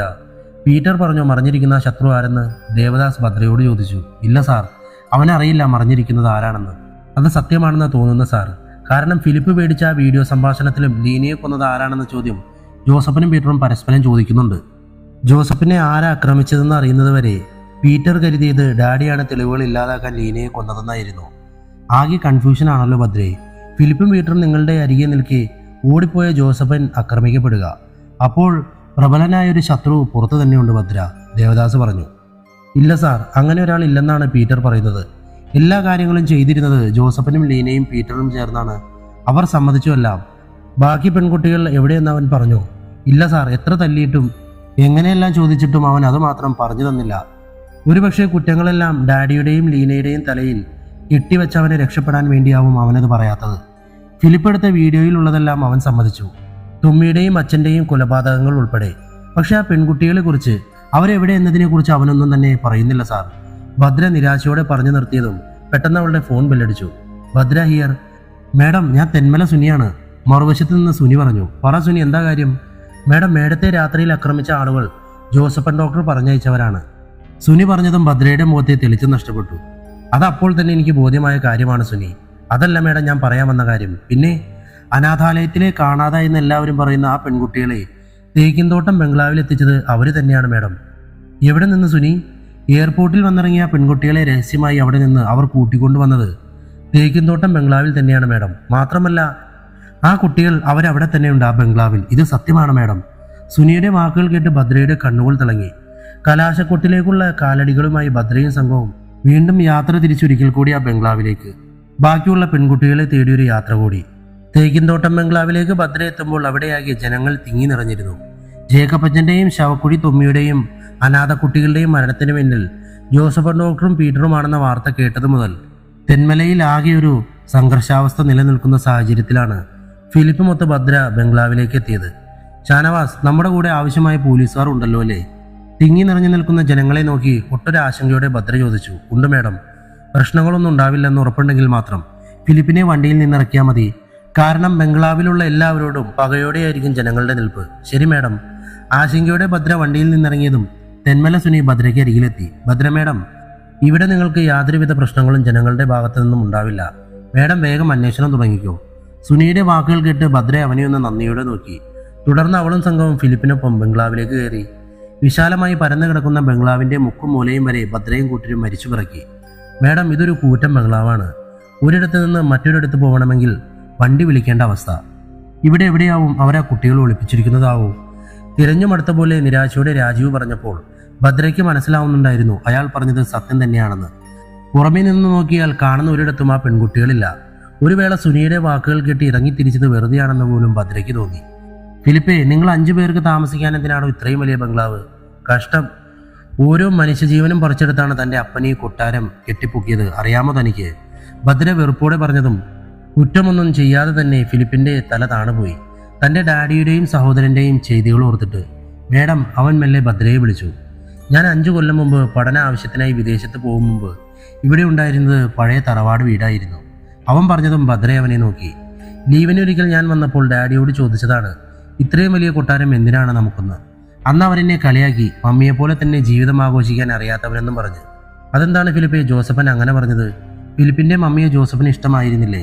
അറിയില്ല മാഡം, എൻ്റെ മമ്മി ഒരു പാവപ്പെട്ട വീട്ടിലെ ആളാണ്. മമ്മിയെ കണ്ട് ഇഷ്ടപ്പെട്ടിട്ടാണ് ഡാഡി വിവാഹം കഴിച്ചത്. പക്ഷേ മമ്മിയുടെ ജീവിതം എന്നും സാധാരണക്കാരുടേതായിരുന്നു. ഒരിക്കലും ആർഭാടങ്ങൾ മമ്മിയെ സ്വാധീനിച്ചിട്ടില്ല. ദൈവഭയമുള്ളവളായിരുന്നു മമ്മി. എപ്പോഴും പ്രാർത്ഥനയും പള്ളിയുമായിരുന്നു മമ്മിയുടെ ജീവിതത്തിൽ. ഞാൻ വളർന്നത് മമ്മിയുടെ അരികു പറ്റിയായിരുന്നു. അതുകൊണ്ട് തന്നെ ഞാൻ എപ്പോഴും മമ്മിയുടെ മോനായിരുന്നു. പീറ്റർ ആണെങ്കിൽ ഡാഡിയുടെയും.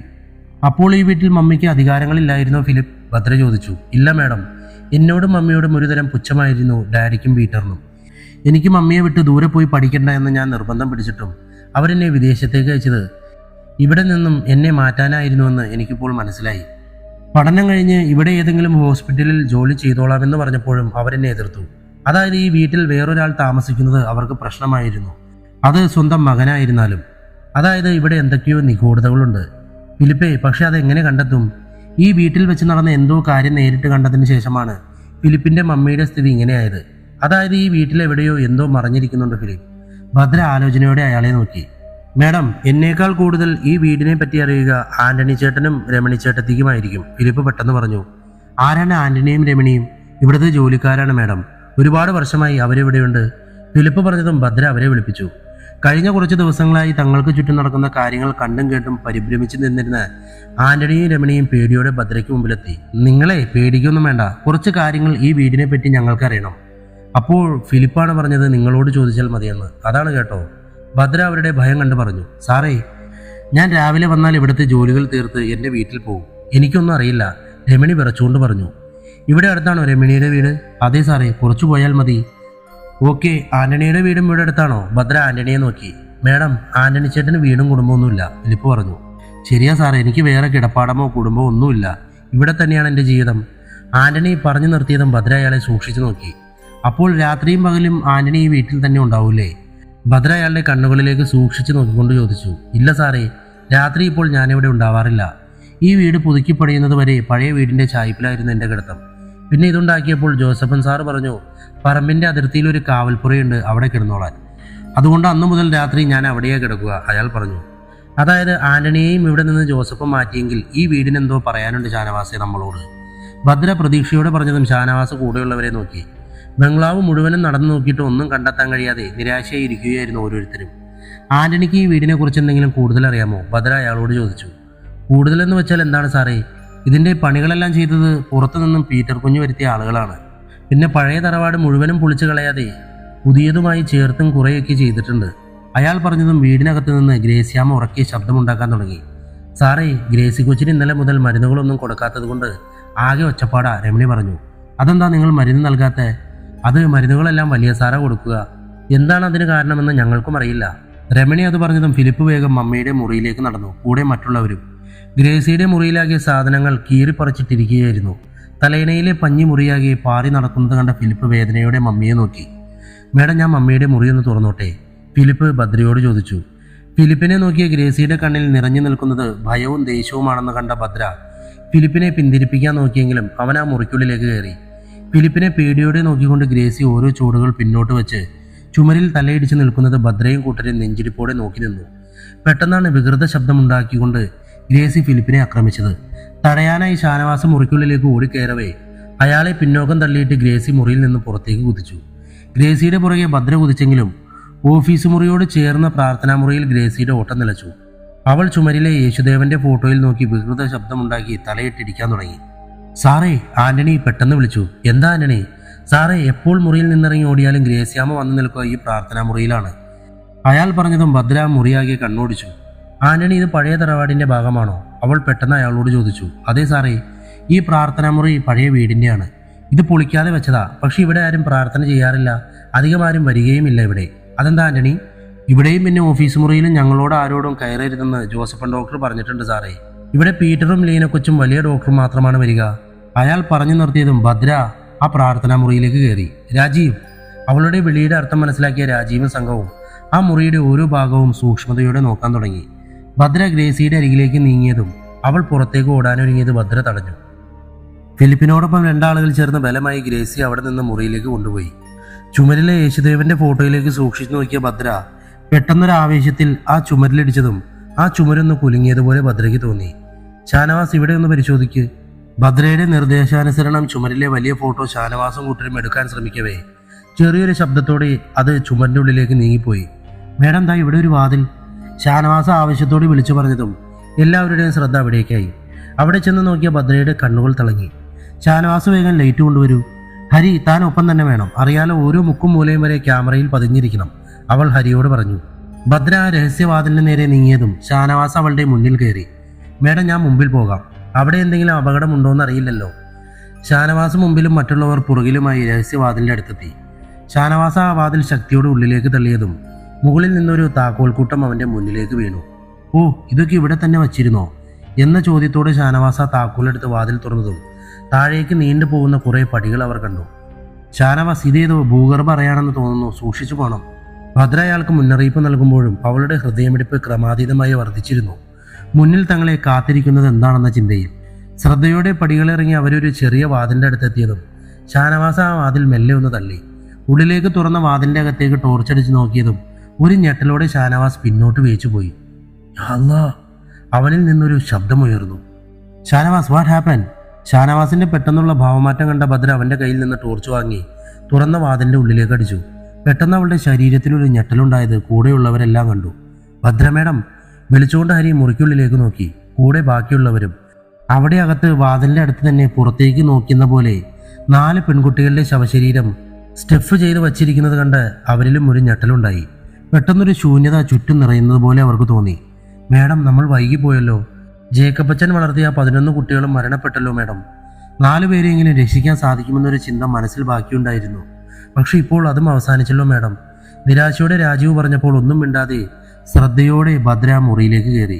ഇവിടെ എവിടെയെങ്കിലും സ്വിച്ച് ബോർഡോ എന്തെങ്കിലും ഉണ്ടോയെന്ന് നോക്കിക്കേ എന്നവൾ പറയുമ്പോഴേക്കും ഗിരീഷ് ലൈറ്റിട്ട് കഴിഞ്ഞു. പ്രകാശം മുറിയിൽ പരന്നപ്പോൾ ഭദ്രയുൾപ്പെടെ എല്ലാവരും അത്ഭുതപ്പെട്ടു. ഒരു ചെറിയ വലിയ പരീക്ഷണശാലയായിരുന്നു ആ മുറി. അത്യാധുനികമായ പല സർജിക്കൽ ഉപകരണങ്ങളും അവിടെ സെറ്റ് ചെയ്തു വച്ചിരുന്നു.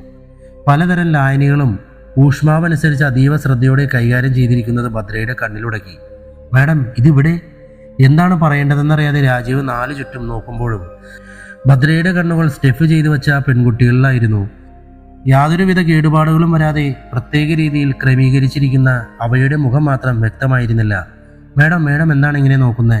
ഷാനവാസ് ഭദ്രയുടെ അടുത്തെത്തി. ഹരി. പെട്ടെന്ന് ഭദ്ര ആവേശത്തോടെ ഹരിയെ വിളിച്ചു. എന്താ മേഡം? ഹരികുമാർ, സൂക്ഷിച്ചു നോക്ക്, ഇത് ഇനി കണ്ടെത്താനുള്ള പെൺകുട്ടികളുടെ ശരീരമല്ലല്ലോ. ശരിയാണ് ഭദ്ര മേഡം പറഞ്ഞത്, ഇത് അവരല്ല എന്ന് തോന്നുന്നു. ഗിരീഷ് സംശയഭാവത്തിൽ പറയുമ്പോൾ ഹരികുമാർ തന്റെ കയ്യിലെ ക്യാമറയിൽ എന്തോ തിരയുന്ന തിരക്കിലായിരുന്നു. ഭദ്ര മേഡം. ഹരി വിളിച്ചതും ഭദ്ര അയാളെ നോക്കി. ഹരി, ഇത് അവരല്ലേ? അനാഥാലയത്തിലെ ആദ്യം മരിച്ച ആ കുട്ടികൾ? ഭദ്ര പെട്ടെന്ന് ചോദിച്ചു. യെസ് മേഡം, ദാ നോക്കൂ. അത് പറഞ്ഞ ഹരി ക്യാമറ അവർക്ക് നേരെ തിരിച്ചപ്പോൾ എല്ലാവരും കണ്ടു ആദ്യം മരിച്ച 4 പെൺകുട്ടികളുടെ ഫോട്ടോ.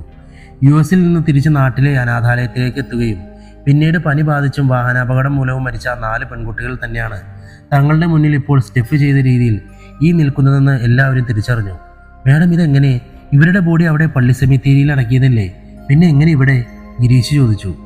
ഗിരീഷ്, ജീവനോടെ ഇരിക്കുന്നവരെ വരെ സെമിത്തേരിയിൽ എത്തിക്കാൻ കഴിവുള്ള ജോസഫിനും മകനും മരിച്ച് മണ്ണിന്റെ അടിയിലായി ഇവരെ ഇവിടെ എത്തിക്കാനാണോ പാട്?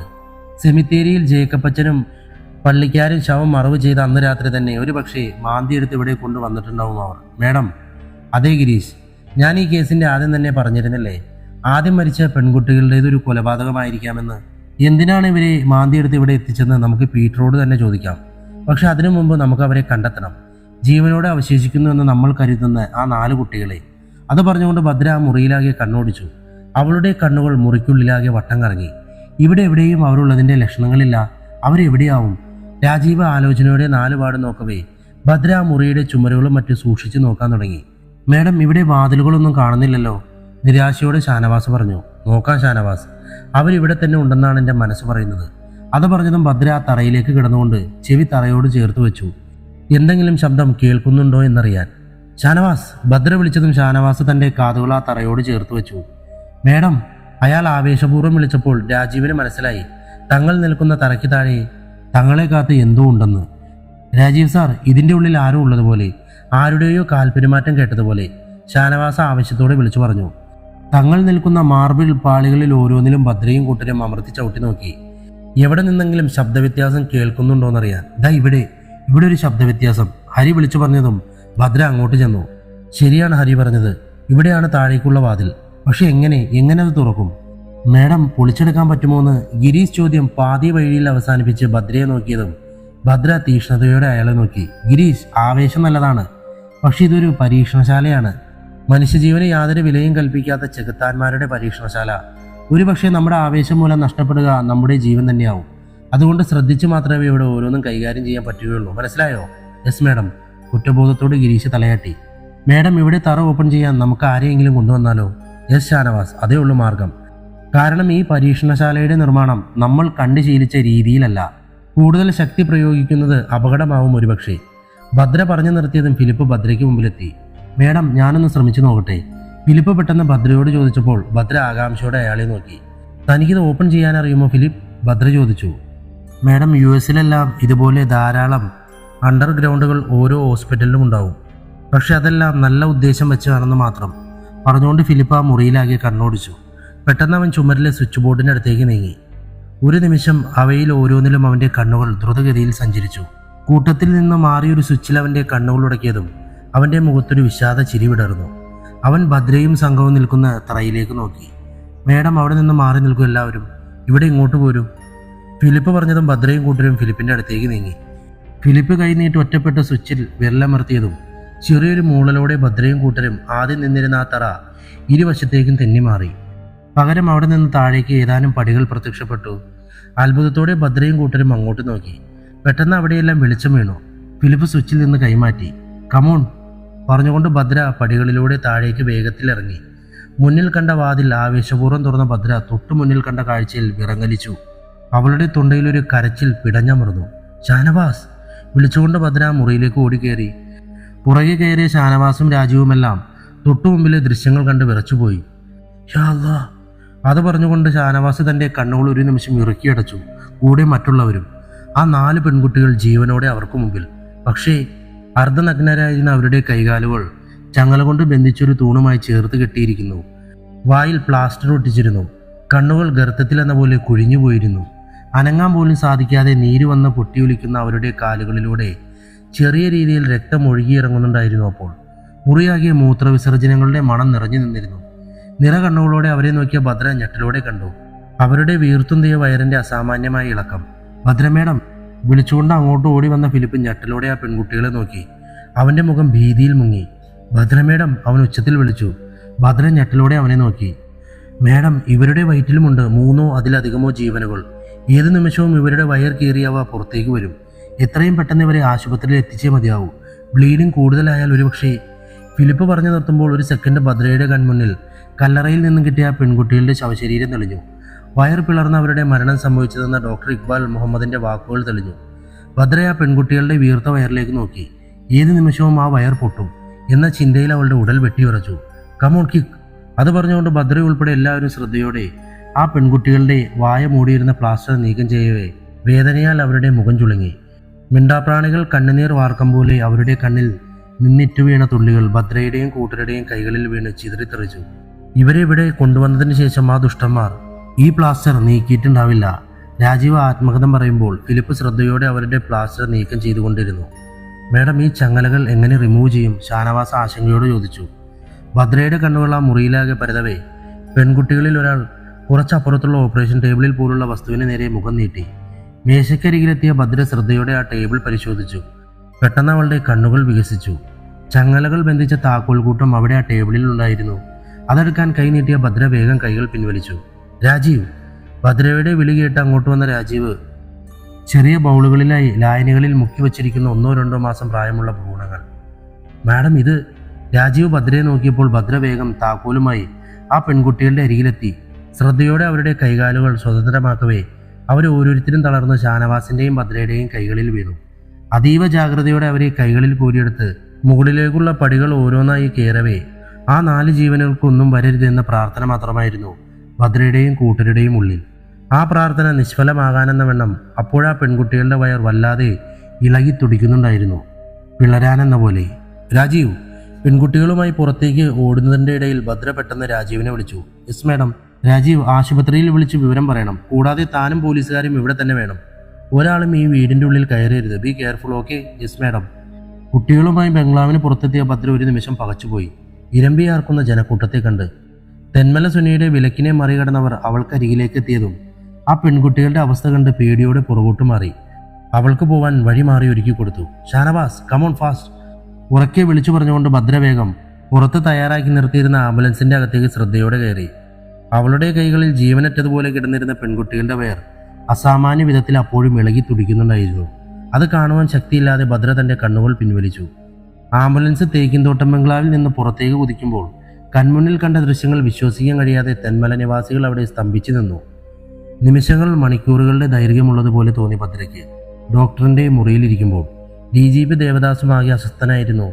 ചാനലുകാരും പത്രമാധ്യമങ്ങളും ആശുപത്രി മുറ്റത്ത് തങ്ങൾക്ക് കിട്ടിയ ഞെട്ടിക്കുന്ന വാർത്തകൾ അവരുടേതായ രീതിയിൽ നാടെങ്ങും വാരി വിതറിക്കൊണ്ടിരുന്നപ്പോൾ അത് കേട്ടുവന്ന ആളുകളെ കൊണ്ട് ആശുപത്രി നിറഞ്ഞു കവിഞ്ഞിരുന്നു. ഡോക്ടറുടെ മൗനം അധികമായപ്പോൾ ക്ഷമ നഷ്ടപ്പെട്ടവളെ പോലെ ഭദ്ര വിളിച്ചു. ഭദ്ര മേഡം, നിങ്ങളുടെ ഇപ്പോഴത്തെ അവസ്ഥ എനിക്ക് മനസ്സിലാക്കാൻ പറ്റും. പക്ഷേ നിങ്ങളോട് എന്തു പറയണമെന്ന് എനിക്ക് അറിയില്ല. സത്യം, ഇതുപോലൊരു കേസിനെ പറ്റി മുമ്പ് കേട്ടുപരിചയം പോലും ഇല്ലാത്ത എൻ്റെയും സഹപ്രവർത്തകരുടെയും അവസ്ഥ കൂടി മേഡം ഒന്ന് ചിന്തിച്ചു നോക്കൂ. ആ കുട്ടികളുടെ അവസ്ഥ ഓർക്കുമ്പോൾ പോലും എനിക്ക് ഉൾക്കിടിലമാണ്. അവരിൽ ഓരോരുത്തരിലുമുള്ളത് 4 കുഞ്ഞുങ്ങൾ വീതമാണ്. അവയുടെ വളർച്ച ദ്രുതഗതിയിലായതിനാൽ എത്ര മാസമായെന്ന് ഈ അവസ്ഥയിൽ സ്ഥിരീകരിക്കാൻ പറ്റിയിട്ടില്ല. നിസ്സഹായത നിറഞ്ഞ ശബ്ദത്തിൽ ഡോക്ടർ പറയുമ്പോൾ ഭദ്രയുടെ മിഴികൾ ഈറനണിഞ്ഞു. അവരെ രക്ഷിക്കാൻ കഴിയില്ലേ എന്നാണോ ഡോക്ടർ ഉദ്ദേശിക്കുന്നത്? ദേവദാസ് ചോദിച്ചു. ഈ ഒരു ചോദ്യത്തിന് ഉത്തരം തരാൻ എനിക്ക് പറ്റില്ല സാർ. കാരണം ആ കുട്ടികൾ ഇപ്പോഴും അബോധാവസ്ഥയിലാണ്. കഴിഞ്ഞുപോയ കുറച്ച് ദിവസങ്ങളിൽ അവർ ഭക്ഷണമോ വെള്ളമോ മരുന്നുകളോ ലഭിച്ചിട്ടില്ല.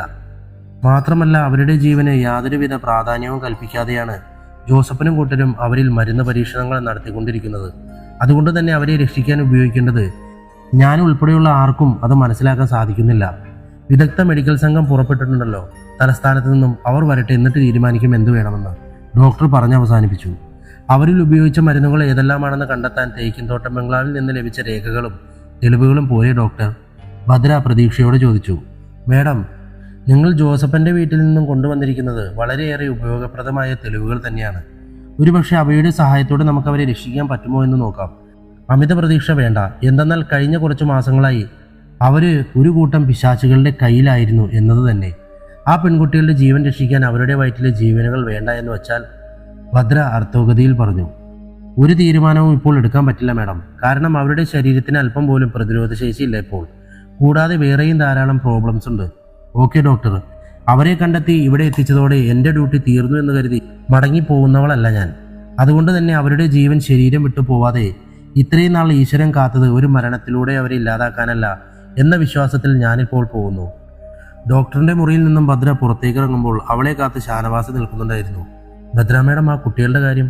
അയാൾ ആശങ്കയോടെ ഭദ്രയെ നോക്കി.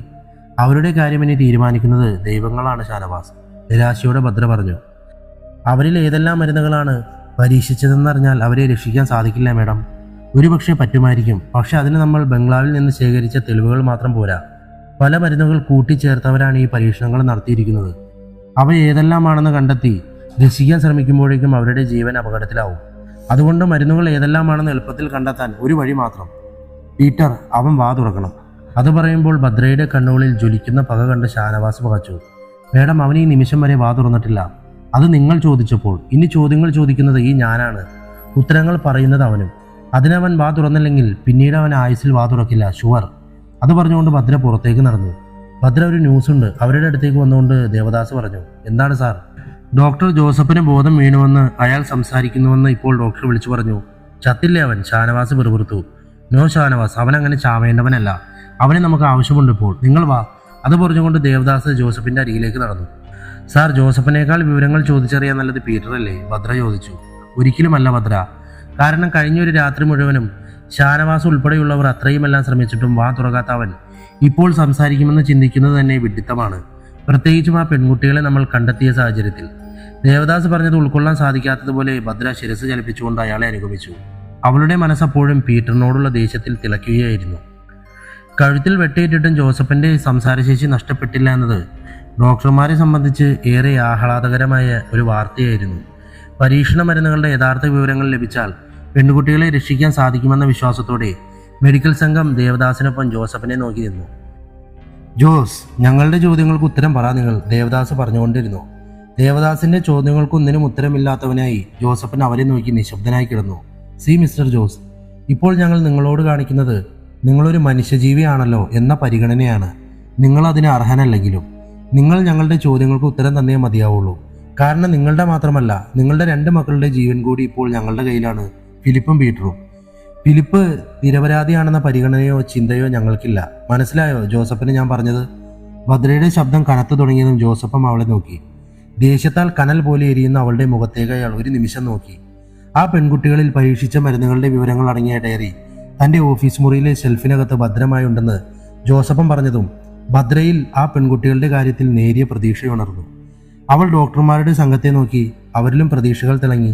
ജോസഫം പറഞ്ഞതുപോലെ ഡയറി അയാളുടെ ഷെൽഫിന്റെ ഉള്ളറയിൽ നിന്ന് കിട്ടിയെന്ന വാർത്ത രാജീവനിൽ നിന്നും കേട്ടതും മെഡിക്കൽ സംഘം അവിടെ നിന്ന് വേഗം ആ പെൺകുട്ടികൾക്ക് അരികിലേക്ക് പോയി. കൂടെ ഭദ്രയെ ഒന്ന് നോക്കി ദേവദാസും. എല്ലാവരും പോയപ്പോൾ ഭദ്രയും ഷാനവാസും ജോസഫിന് അരികിൽ അവശേഷിച്ചു. ഭദ്ര ജോസഫിന്റെ മുഖത്തേക്ക് സൂക്ഷിച്ചു നോക്കി. നിങ്ങളെ ആക്രമിച്ചത് ആരാണ് ജോസഫൻ? ഭദ്രയുടെ ചോദ്യം കാതിൽ വീണതും ആ ഓർമ്മയിൽ ജോസഫിനിൽ ഒരു ഞെട്ടലുണ്ടായി. എനിക്കറിയില്ല മാഡം, ആരാണെന്ന് ഞാൻ കണ്ടില്ല. ജോസഫൻ, ഈ അവസ്ഥയിൽ കിടന്നുകൊണ്ട് നിങ്ങൾ നുണ പറയരുത്. കാരണം ഞങ്ങൾക്ക് ഉറപ്പുണ്ട് നിങ്ങൾ അത് ആരാണെന്ന് അറിയാമെന്ന്. നിങ്ങളുടെ രഹസ്യങ്ങൾ അറിയാവുന്ന ആരോ ഒരാൾ കൂടി പുറത്തുണ്ട്, ഒരുപക്ഷെ നിങ്ങളുടെ കൂട്ടുപ്രതി. ഭദ്ര പറഞ്ഞു. ഇല്ല, അങ്ങനെ ഒരാളില്ല. ഞങ്ങൾ 3 പേർ മാത്രമേ ഉള്ളൂ. കുഴഞ്ഞ ശബ്ദത്തിൽ പറഞ്ഞതും ബോധം മറിഞ്ഞയാൾ കണ്ണുകളടച്ചു. ഭദ്ര, ഇതിപ്പോൾ ആകെ കൂടി കുഴഞ്ഞു മറിഞ്ഞിരിക്കുകയാണല്ലോ. ലീനയുടെ കൊലയാളിയെ കണ്ടെത്താൻ ഇതുവരെ പറ്റിയിട്ടില്ല നമുക്ക്. ദേവദാസ് ഭദ്രയോട് പറഞ്ഞതും അവിടെ കൂടിയിരുന്നവരെല്ലാം ഭദ്രയെ നോക്കി. കഴിഞ്ഞുപോയ ദിവസങ്ങളിൽ രാപ്പകലില്ലാതെ ഓടുന്നതിന്റെ ക്ഷീണം ഭദ്രയുൾപ്പെടെ എല്ലാവരിലും പ്രത്യക്ഷത്തിൽ കാണാമായിരുന്നു. ഭദ്ര, ഇനി ഭയക്കാനൊന്നുമില്ലെന്ന് ആശുപത്രിയിൽ നിന്നും വിവരം ലഭിച്ചല്ലോ. തൽക്കാലം ആ പെൺകുട്ടികൾ സേഫാണിപ്പോൾ. അവരുടെ വയറ്റിൽ വളരുന്ന കുട്ടികളുടെ കാര്യത്തിൽ തീരുമാനമെടുക്കുന്നത് നമ്മുടെ അന്വേഷണ പരിധിയിൽ വരുന്ന കാര്യമല്ല. അതിനവർക്ക് മെഡിക്കൽ ബോർഡുണ്ട്, അവരെടുത്തോളും തീരുമാനങ്ങൾ. ഒരു കാര്യത്തിൽ ഉറപ്പ് മെഡിക്കൽ സംഘം തന്നിട്ടുണ്ട്. എന്ത് കാര്യം സാർ? 7 പെൺകുട്ടികളുടെ ജീവനെടുത്ത് ഇനിയും അവശേഷിക്കുന്ന ജീവനുകൾ എടുക്കുമോ എന്ന് ഉറപ്പില്ലാത്ത കുഞ്ഞുങ്ങൾ ഈ ഭൂമിയിൽ ജനിക്കാതിരിക്കാൻ വേണ്ടതെല്ലാം ചെയ്യാമെന്ന്. കാരണം പല ജീവനുകൾ ചേർന്ന അപൂർവ പരീക്ഷണമാണല്ലോ ആ കുഞ്ഞുങ്ങൾ. അവയുടെ അനിയന്ത്രിതമായ വളർച്ച നാളെ അവശേഷിക്കുന്ന പെൺകുട്ടികളെ ഇല്ലാതാക്കുമോ എന്ന ഭയം ഡോക്ടർമാർക്കുണ്ട്. അതുകൊണ്ട് അവരൊരു നല്ല തീരുമാനം എടുക്കുമെന്ന് പ്രതീക്ഷിക്കാം. ദേവദാസ് പറഞ്ഞു നിർത്തിയതും ഭദ്ര ഒന്നും പറയാതെ പുറത്തേക്ക് നടന്നു. ഭദ്ര, താൻ എവിടെ പോകുന്നു? ദേവദാസ് ചോദിച്ചു. പീറ്ററിനെ കാണാൻ സാർ. കാരണം ഈ കഥയിൽ ഇനിയും വെളിപ്പെടാത്ത ഒരുപാട് കാര്യങ്ങൾ അവന്റെ നാവിൻ തുമ്പിലുണ്ട്. അതറിയാൻ, ഇനിയും നമുക്ക് പിടിതരാതെ മറഞ്ഞു നിൽക്കുന്ന കൊലയാളി ആരാണെന്നറിയാൻ അവനെ, പീറ്ററിനെ കാണണം. ഉറച്ച ശബ്ദത്തിൽ പറഞ്ഞുകൊണ്ട് കനത്ത കാലടികളോടെ ഭദ്ര പീറ്ററിന്റെ സെല്ലിന് നേരെ നടന്നു. അവളുടെ മനസ്സിലപ്പോൾ ആ പെൺകുട്ടികളെ രഹസ്യ അറയിൽ കണ്ട് നിമിഷം തെളിഞ്ഞു വന്നതും മനസ്സിൽ പീറ്ററോടുള്ള ദേഷ്യം ആളിക്കത്തി. തനിക്ക് ചുറ്റും നടക്കുന്നത് ഒന്നും തന്നെ ബാധിക്കുന്ന കാര്യങ്ങളല്ലെന്ന ഭാവത്തിലിരിക്കുന്ന പീറ്ററെ വീണ്ടും വീണ്ടും നോക്കിയതും എസ് ഐ ഗിരീഷിൽ ദേഷ്യം പതഞ്ഞു പൊന്തി. അയാൾ ദേഷ്യം നിയന്ത്രിക്കാൻ എന്നവണ്ണം കൈകൾ കൂട്ടിത്തിരുമ്മി. ഭദ്രമേടം വരുന്നതുവരെ ആരും പീറ്ററെ ഉപദ്രവിക്കരുതെന്ന ഓർഡർ CI രാജീവ് നൽകിയത് മുതൽ ദേഷ്യം നിയന്ത്രിച്ച് കാവലിരിക്കുകയാണ് എസ് ഐ ഗിരീഷ്. മാധ്യമപ്പടകളും TV-ക്കാരും പീറ്ററെ കാണാൻ പല പ്രാവശ്യം ശ്രമിച്ചെങ്കിലും ഗിരീഷിന്റെ ആജ്ഞയെ മറികടക്കാൻ അവർക്ക് സാധിച്ചിരുന്നില്ല. പോലീസുകാർ പെൺകുട്ടികളെ കണ്ടെത്തിയ വിവരം പീറ്റർ അറിയരുതെന്ന കർശന നിയന്ത്രണമുണ്ട്. അല്ലെങ്കിൽ അത് ചോദിച്ചവന് 2 എണ്ണം കൂടുതൽ കൊടുക്കാമായിരുന്നു. ഗിരീഷ് ചിന്തിച്ചുകൊണ്ട് പീറ്ററെ നോക്കിയപ്പോൾ ഒരു പരിഹാസ ചിരിയായിരുന്നു പീറ്ററിന്റെ മുഖത്ത് നിറയെ. സാറേ, സാറിന് വേണമെങ്കിൽ എന്നെ തല്ലിക്കോ, വെറുതെ BP കൂട്ടാതെ. അവൻ പരിഹാസത്തോടെ പറഞ്ഞതും ഗിരീഷ് അവനിട്ടൊന്ന് പൊട്ടിച്ചു. നീ ചോദിച്ച സ്ഥിതിക്ക് തരാതെ എങ്ങനെയാടാ? കൈ കുടഞ്ഞുകൊണ്ട് ഗിരീഷ് പറഞ്ഞു. അപ്രതീക്ഷിത അടിയിൽ പതറിയ പീറ്റർ ഗിരീഷിനെ നോക്കി. നീ എന്താ കരുതിയേ ഞങ്ങളൊന്നും നിന്നെ തല്ലില്ലെന്നോ? എങ്കിൽ നിനക്ക് തെറ്റിയടാ പീറ്ററെ. നിന്നെ ഞങ്ങൾ മാറ്റി വെച്ചേക്കുവാണ് ഭദ്രാമേഡത്തിന് വേണ്ടി. മനസ്സിലായില്ല അല്ലേ? വരുന്നുണ്ട് നിന്നെ കാണാൻ ഭദ്രമേഡം. ഗിരീഷ് പറഞ്ഞതും പീറ്ററിന്റെ മുഖത്തെ പുച്ഛഭാവം തിരിച്ചു വന്നു. ഗിരീഷ് സാറെന്താ എന്നെ പേടിപ്പിക്കുകയാണോ ഭദ്രമേഡം എന്ന് പറഞ്ഞ് അവൻ കൂസലില്ലാതെ ചോദിച്ചു. പേടിക്കണമെടാ അവരൊരു പെണ്ണല്ലേ എന്ന നിന്റെ ചിന്തയെങ്കിൽ നിനക്ക് തെറ്റി പീറ്ററെ. രൂപത്തിൽ മാത്രമാണ് അവൾ സ്ത്രീ. ദേഷ്യം വന്നാൽ തൊട്ടുമുമ്പിൽ നിൽക്കുന്ന ശത്രുവിന്റെ മരണം ഉറപ്പാക്കി അവർ അടങ്ങും. അതുപോലെ തന്നെ ഏറ്റെടുത്ത കേസുകൾ ശത്രുക്കളെ ഇല്ലായ്മ ചെയ്ത് വിജയത്തിലെത്തിച്ച റെക്കോർഡും അവരുടെ പേരിൽ തന്നെയാണ്. ഗിരീഷ് പറഞ്ഞു നിർത്തിയതും പീറ്ററിൽ ഒരു ഉൾഭയം ഉടലെടുത്തു. നിന്നെ ഇവിടെ കൊണ്ടുവന്നതിന് ശേഷം പുറത്ത് സംഭവിച്ചത് എന്തെല്ലാമാണെന്ന് എനിക്ക് ഊഹിക്കാൻ പോലും പറ്റില്ല പീറ്ററെ. ഗിരീഷ് അവന്റെ അരികിലേക്ക് കൂടുതൽ ഭയം നിറച്ചുകൊണ്ട് തുടർന്നതും കനത്ത കാലടി ശബ്ദം അവിടെ മുഴങ്ങി. ദാ വരുന്നുണ്ട് ഭദ്രാമേഡം നിന്നെ കാണാൻ. ഗിരീഷ് ക്രൂരമായ ചിരിയോടെ പറഞ്ഞതും തന്റെ ശരീരത്തിലൊരു വിറയൽ പാഞ്ഞു കയറിയത് പീറ്റർ ഞെട്ടലോടെ തിരിച്ചറിഞ്ഞു. ഭയത്തോടെ സെല്ലിന് പുറത്തേക്ക് നോക്കിയ പീറ്റർ കണ്ടു മുഖം നിറയെ ചിരിയോടെ തന്നെ നോക്കുന്ന ഭദ്ര IPS-നെ. എന്താണ് ഗിരീഷ് ഇവിടെ ഒരു രഹസ്യം പറച്ചിൽ? ചോദിച്ചുകൊണ്ട് ഭദ്ര അകത്തേക്ക് കയറി. ഒന്നുമില്ല മാഡം, ഞാൻ പീറ്റർ ഡോക്ടറെ ഒന്ന് റെഡിയാക്കി എടുക്കുമായിരുന്നു മേഡത്തെ നേരിടാൻ. ഗിരീഷ് ചിരിയോടെ പറഞ്ഞതും ഭദ്രയുടെ മുഖത്തെ ചിരി മായുന്നത് പീറ്റർ ഭയത്തോടെ കണ്ടു നിന്നു. എന്താണ് പീറ്റർ തൻ്റെ മുഖം വല്ലാതെ നീരി വെച്ചതുപോലെ? സോറി, തന്നെ ഇന്നലെ ഷാനവാസും ഗിരീഷും തല്ലിയത് ഞാൻ മറന്നുപോയി. പീറ്ററിന് ചുറ്റും നടന്നുകൊണ്ട് ഭദ്ര പറയുമ്പോൾ അവരുടെ നീക്കം എന്താണെന്നറിയാതെ പീറ്റർ പരിഭ്രമിച്ചു.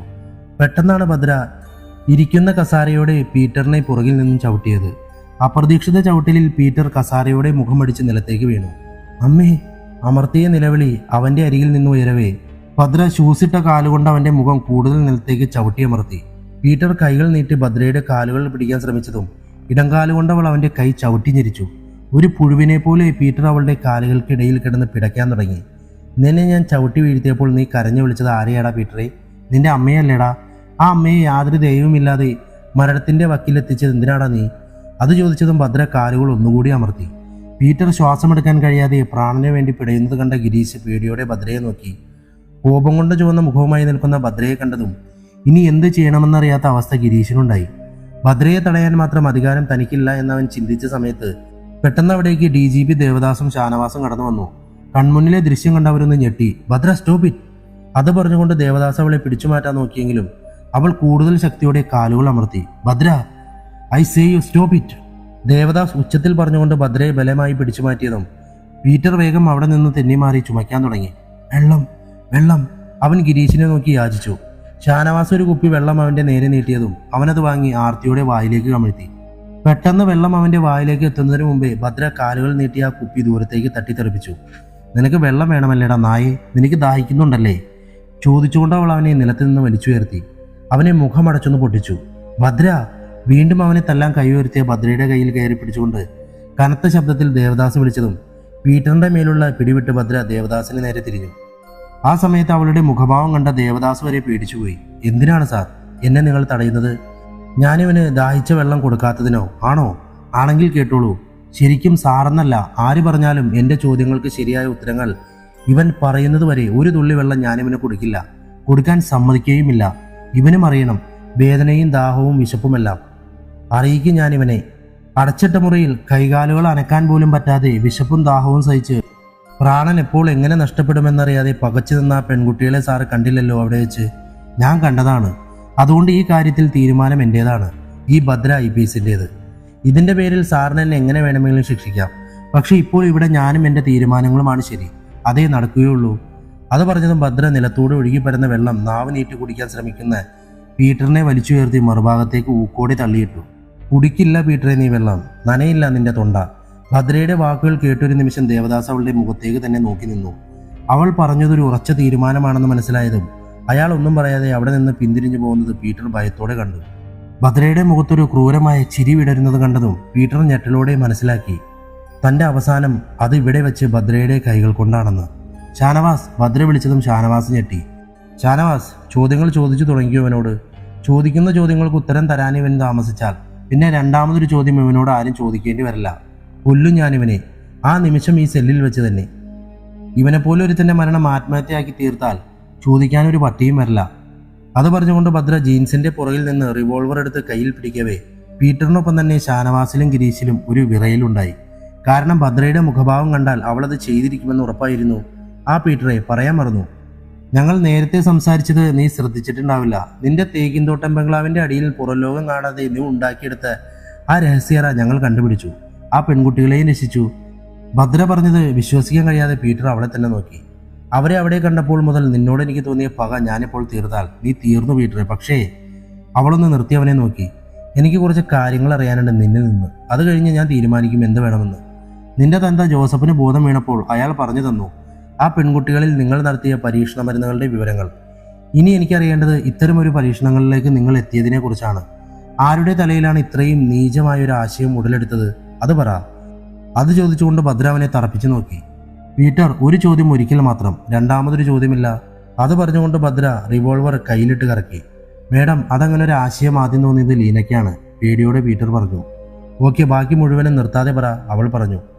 ഞങ്ങൾക്ക് കുട്ടികൾ ഉണ്ടാവാതിരുന്നപ്പോൾ നടത്തി നോക്കിയ പരിശോധനയിലാണ് ലീനയുടെ ഗർഭപാത്രത്തിന് ഒരു കുഞ്ഞിനെ ഉൾക്കൊള്ളാൻ മാത്രം ശക്തിയോ വികാസമോ ഇല്ല എന്ന് ആദ്യം മനസ്സിലായത്. അതിനുവേണ്ടി ട്രീറ്റ്മെൻറ്റുകൾ ഞങ്ങൾ തന്നെ നടത്തി.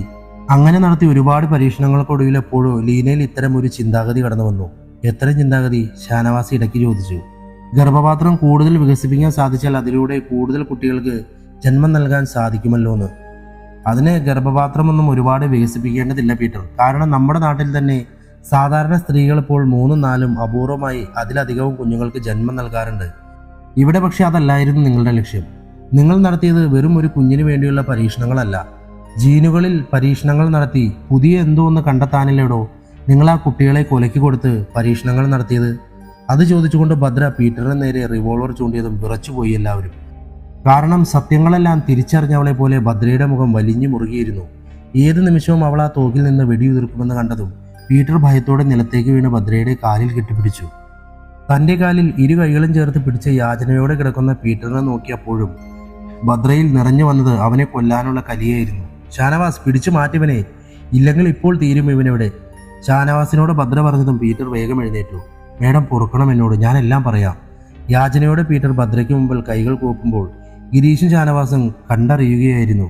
നീതി നടപ്പാക്കാൻ ഒരു നീതിപാലകൽ തുനിഞ്ഞിറങ്ങിയാൽ അത് ആണായാലും പെണ്ണായാലും സ്വന്തം ജീവനിൽ കൊതിയുള്ള ശത്രുക്കൾ ഭയന്ന് വിറയ്ക്കും. ഇപ്പോൾ പീറ്റർ ഭയന്ന് വിറയ്ക്കുന്ന പോലെ. പറ പീറ്ററെ, വെറുതെ സമയം മെനക്കെടുത്താതെ നിങ്ങൾ ഇങ്ങനെ ഒരു പരീക്ഷണത്തിലേക്ക് എങ്ങനെ എത്തിപ്പെട്ടു എന്നു മുതൽ എല്ലാം പറ. ഭദ്ര ആവശ്യപ്പെട്ടതും പീറ്റർ പറഞ്ഞു തുടങ്ങി. തേക്കിൻ തോട്ടംകാരെങ്ങനെ ഇത്തരമൊരു പരീക്ഷണത്തിൽ എത്തിയെന്ന്, അതിനുവേണ്ടി അവർ കുരുതി കഴിച്ചവരാരൊക്കെയാണെന്ന്, എങ്ങനെയൊക്കെയാണെന്ന്. DGP ദേവദാസിന്റെ മുറിയിൽ അദ്ദേഹത്തെയും കാത്തിരിക്കുമ്പോൾ ഭദ്ര ആകെ അസ്വസ്ഥയായിരുന്നു. താൻ കുറെ നേരമായോടോ കാത്തിരിക്കാൻ തുടങ്ങിയിട്ട്? മുറിയിലേക്ക് നടന്നു വന്ന ദേവദാസ് ചോദിച്ചതും ഭദ്ര പെട്ടെന്ന് എഴുന്നേറ്റ് നിന്നു. അവൾക്ക് അയാളുടെ മുഖത്തേക്ക് നോക്കാൻ ധൈര്യമില്ലാത്തതുപോലെ കണ്ണുകൾ അങ്ങിങ്ങ് പതറി സഞ്ചരിച്ചു. ഭദ്ര, ദേവദാസ് വിളിച്ചതും അവൾ അയാളുടെ മുഖത്തേക്ക് നോക്കി. ഇപ്പോൾ അവളുടെ കണ്ണുകൾ നിറഞ്ഞിരുന്നു. Sorry sir. അത് പറഞ്ഞതും ഭദ്രയുടെ കണ്ണുകൾ തുളുമ്പി. ഭദ്ര മോളെ, എന്താ ഇത്? കേരള പോലീസിലെ ചുണക്കുട്ടിയായ ഭദ്ര IPS കരയുകയോ? കഷ്ടം. ചിരിയോടെ പറഞ്ഞുകൊണ്ട് ദേവദാസ് ഭദ്രയുടെ ചുമലിൽ പിടിച്ചവളെ തന്നോട് ചേർത്ത് നിർത്തി. സാർ, ഞാൻ സാറിനോട് അങ്ങനെ പെരുമാറാനോ സംസാരിക്കാനോ പാടില്ലായിരുന്നു. പക്ഷെ അപ്പോൾ എനിക്ക് എന്നെ തന്നെ നഷ്ടപ്പെട്ടതുപോലെ തോന്നി. പിന്നെ പീറ്റർ എന്ന ചെകുത്താനെ കാണുന്ന സമയത്തെല്ലാം എൻ്റെ മനസ്സിൽ ആ പെൺകുട്ടികളുടെ മുഖവും അവരുടെ അവസ്ഥയും കടന്നു വരും. അങ്ങനെ പറ്റിയതാണ് സാർ. It's okay Bhadra. താൻ എന്നോട് കയർത്തപ്പോൾ തന്നെ ഞാൻ തിരിച്ചറിഞ്ഞിരുന്നു അവിടെ നീയാണ് ശരിയെന്ന്. ചില നേരത്ത് നമ്മളെല്ലാം വെറും മനുഷ്യർ മാത്രമായി തീരാറില്ലേ? എന്തായാലും താൻ അവിടെ വെച്ച് എന്നോട് അത്തരത്തിൽ ശബ്ദമുയർത്തി സംസാരിച്ചതുകൊണ്ട് ഫലമുണ്ടായല്ലോ. മേലുദ്യോഗസ്ഥനെ വരെ അനുസരിക്കാത്ത ഭദ്ര IPS തന്നെ കൊല്ലാനും മടിക്കില്ല എന്ന് പീറ്ററിന്റെ ഭയമാണ് അവനെ കൊണ്ട് സത്യങ്ങൾ മുഴുവനും പറയിപ്പിച്ചത്. ദേവദാസ് പറഞ്ഞപ്പോൾ ഭദ്ര അയാളുടെ മുഖത്തേക്ക് നോക്കി നിന്നു. ആ, താനൊന്ന് ഉഷാറാവടോ. ദേവദാസ് ചിരിയോടെ പറഞ്ഞിട്ടും ഭദ്രയിൽ പിന്നെയും കുറ്റബോധം നിഴലിച്ചു നിന്നു. എല്ലാം പോട്ടെ, എങ്കിൽ ഇനി നമുക്ക് കാര്യത്തിലേക്ക് കിടക്കാം. ഇപ്പോൾ നമ്മൾ ആ പെൺകുട്ടികളുടെ കേസിന്റെ അവസാന ഭാഗത്താണ് അല്ലേ ഭദ്ര? അതെ സാർ. എങ്കിൽ താൻ റെഡി ആയിക്കോളൂ. കൃത്യം 10 മണിക്കാണ് മിനിസ്റ്ററുടെ കോൺഫറൻസ്. താൻ ഏറ്റെടുത്തിരിക്കുന്ന ഈ ഒരു കേസ് ഇപ്പോൾ രാജ്യത്തെ തന്നെ പിടിച്ചു കുലുക്കിയിരിക്കുന്ന ഒന്നാണ്. അറിയാം സാർ. എങ്കിൽ കരുതിയിരിക്കുക. അറിയാലോ, അവിടെ ധാരാളം ചോദ്യങ്ങൾ തനിക്ക് നേരെ ഉണ്ടാവും, കുറ്റപ്പെടുത്തലുകൾ ഉണ്ടാവാം. എവിടെയും ക്ഷമ കൈവിടരുത്. കാരണം ഭരിക്കുന്നവൻ അധികാരം കാണിക്കാൻ മാത്രമുള്ള ഒരു ശിലയായി ചിലപ്പോൾ നമ്മൾ മാറേണ്ടതുണ്ട്. മനസ്സിലായോ? Yes sir. Then get ready. Devadas പറഞ്ഞു നിർത്തിയപ്പോൾ ഭദ്ര തയ്യാറെടുക്കുകയായിരുന്നു മന്ത്രിസഭാ യോഗത്തെ നേരിടാൻ. ചുറ്റും നിരന്നിരിക്കുന്ന പോലീസ് ഉദ്യോഗസ്ഥർക്കും വകുപ്പ് തല മേധാവിമാർക്കും ഒപ്പം ഇരിക്കുമ്പോൾ ഭദ്ര തിരിച്ചറിയുന്നുണ്ടായിരുന്നു തനിക്ക് നേരെ ചോദ്യങ്ങളുടെ ശരവർഷമൊരുങ്ങുന്നത്. അവൾ മുഖമുയർത്തി തനിക്ക് മുമ്പിലായി ദൂരെ മാറിയിരിക്കുന്ന ഷാനവാസിനെയും ഗിരീഷിനെയും നോക്കി. അവരുടെ മുഖത്തും ടെൻഷൻ പ്രകടമായിരുന്നു. മുഖ്യമന്ത്രി കൂടി കോൺഫറൻസ് ഹാളിലേക്ക് എത്തിച്ചേർന്നതും അവർ മീറ്റിംഗ് ആരംഭിച്ചു.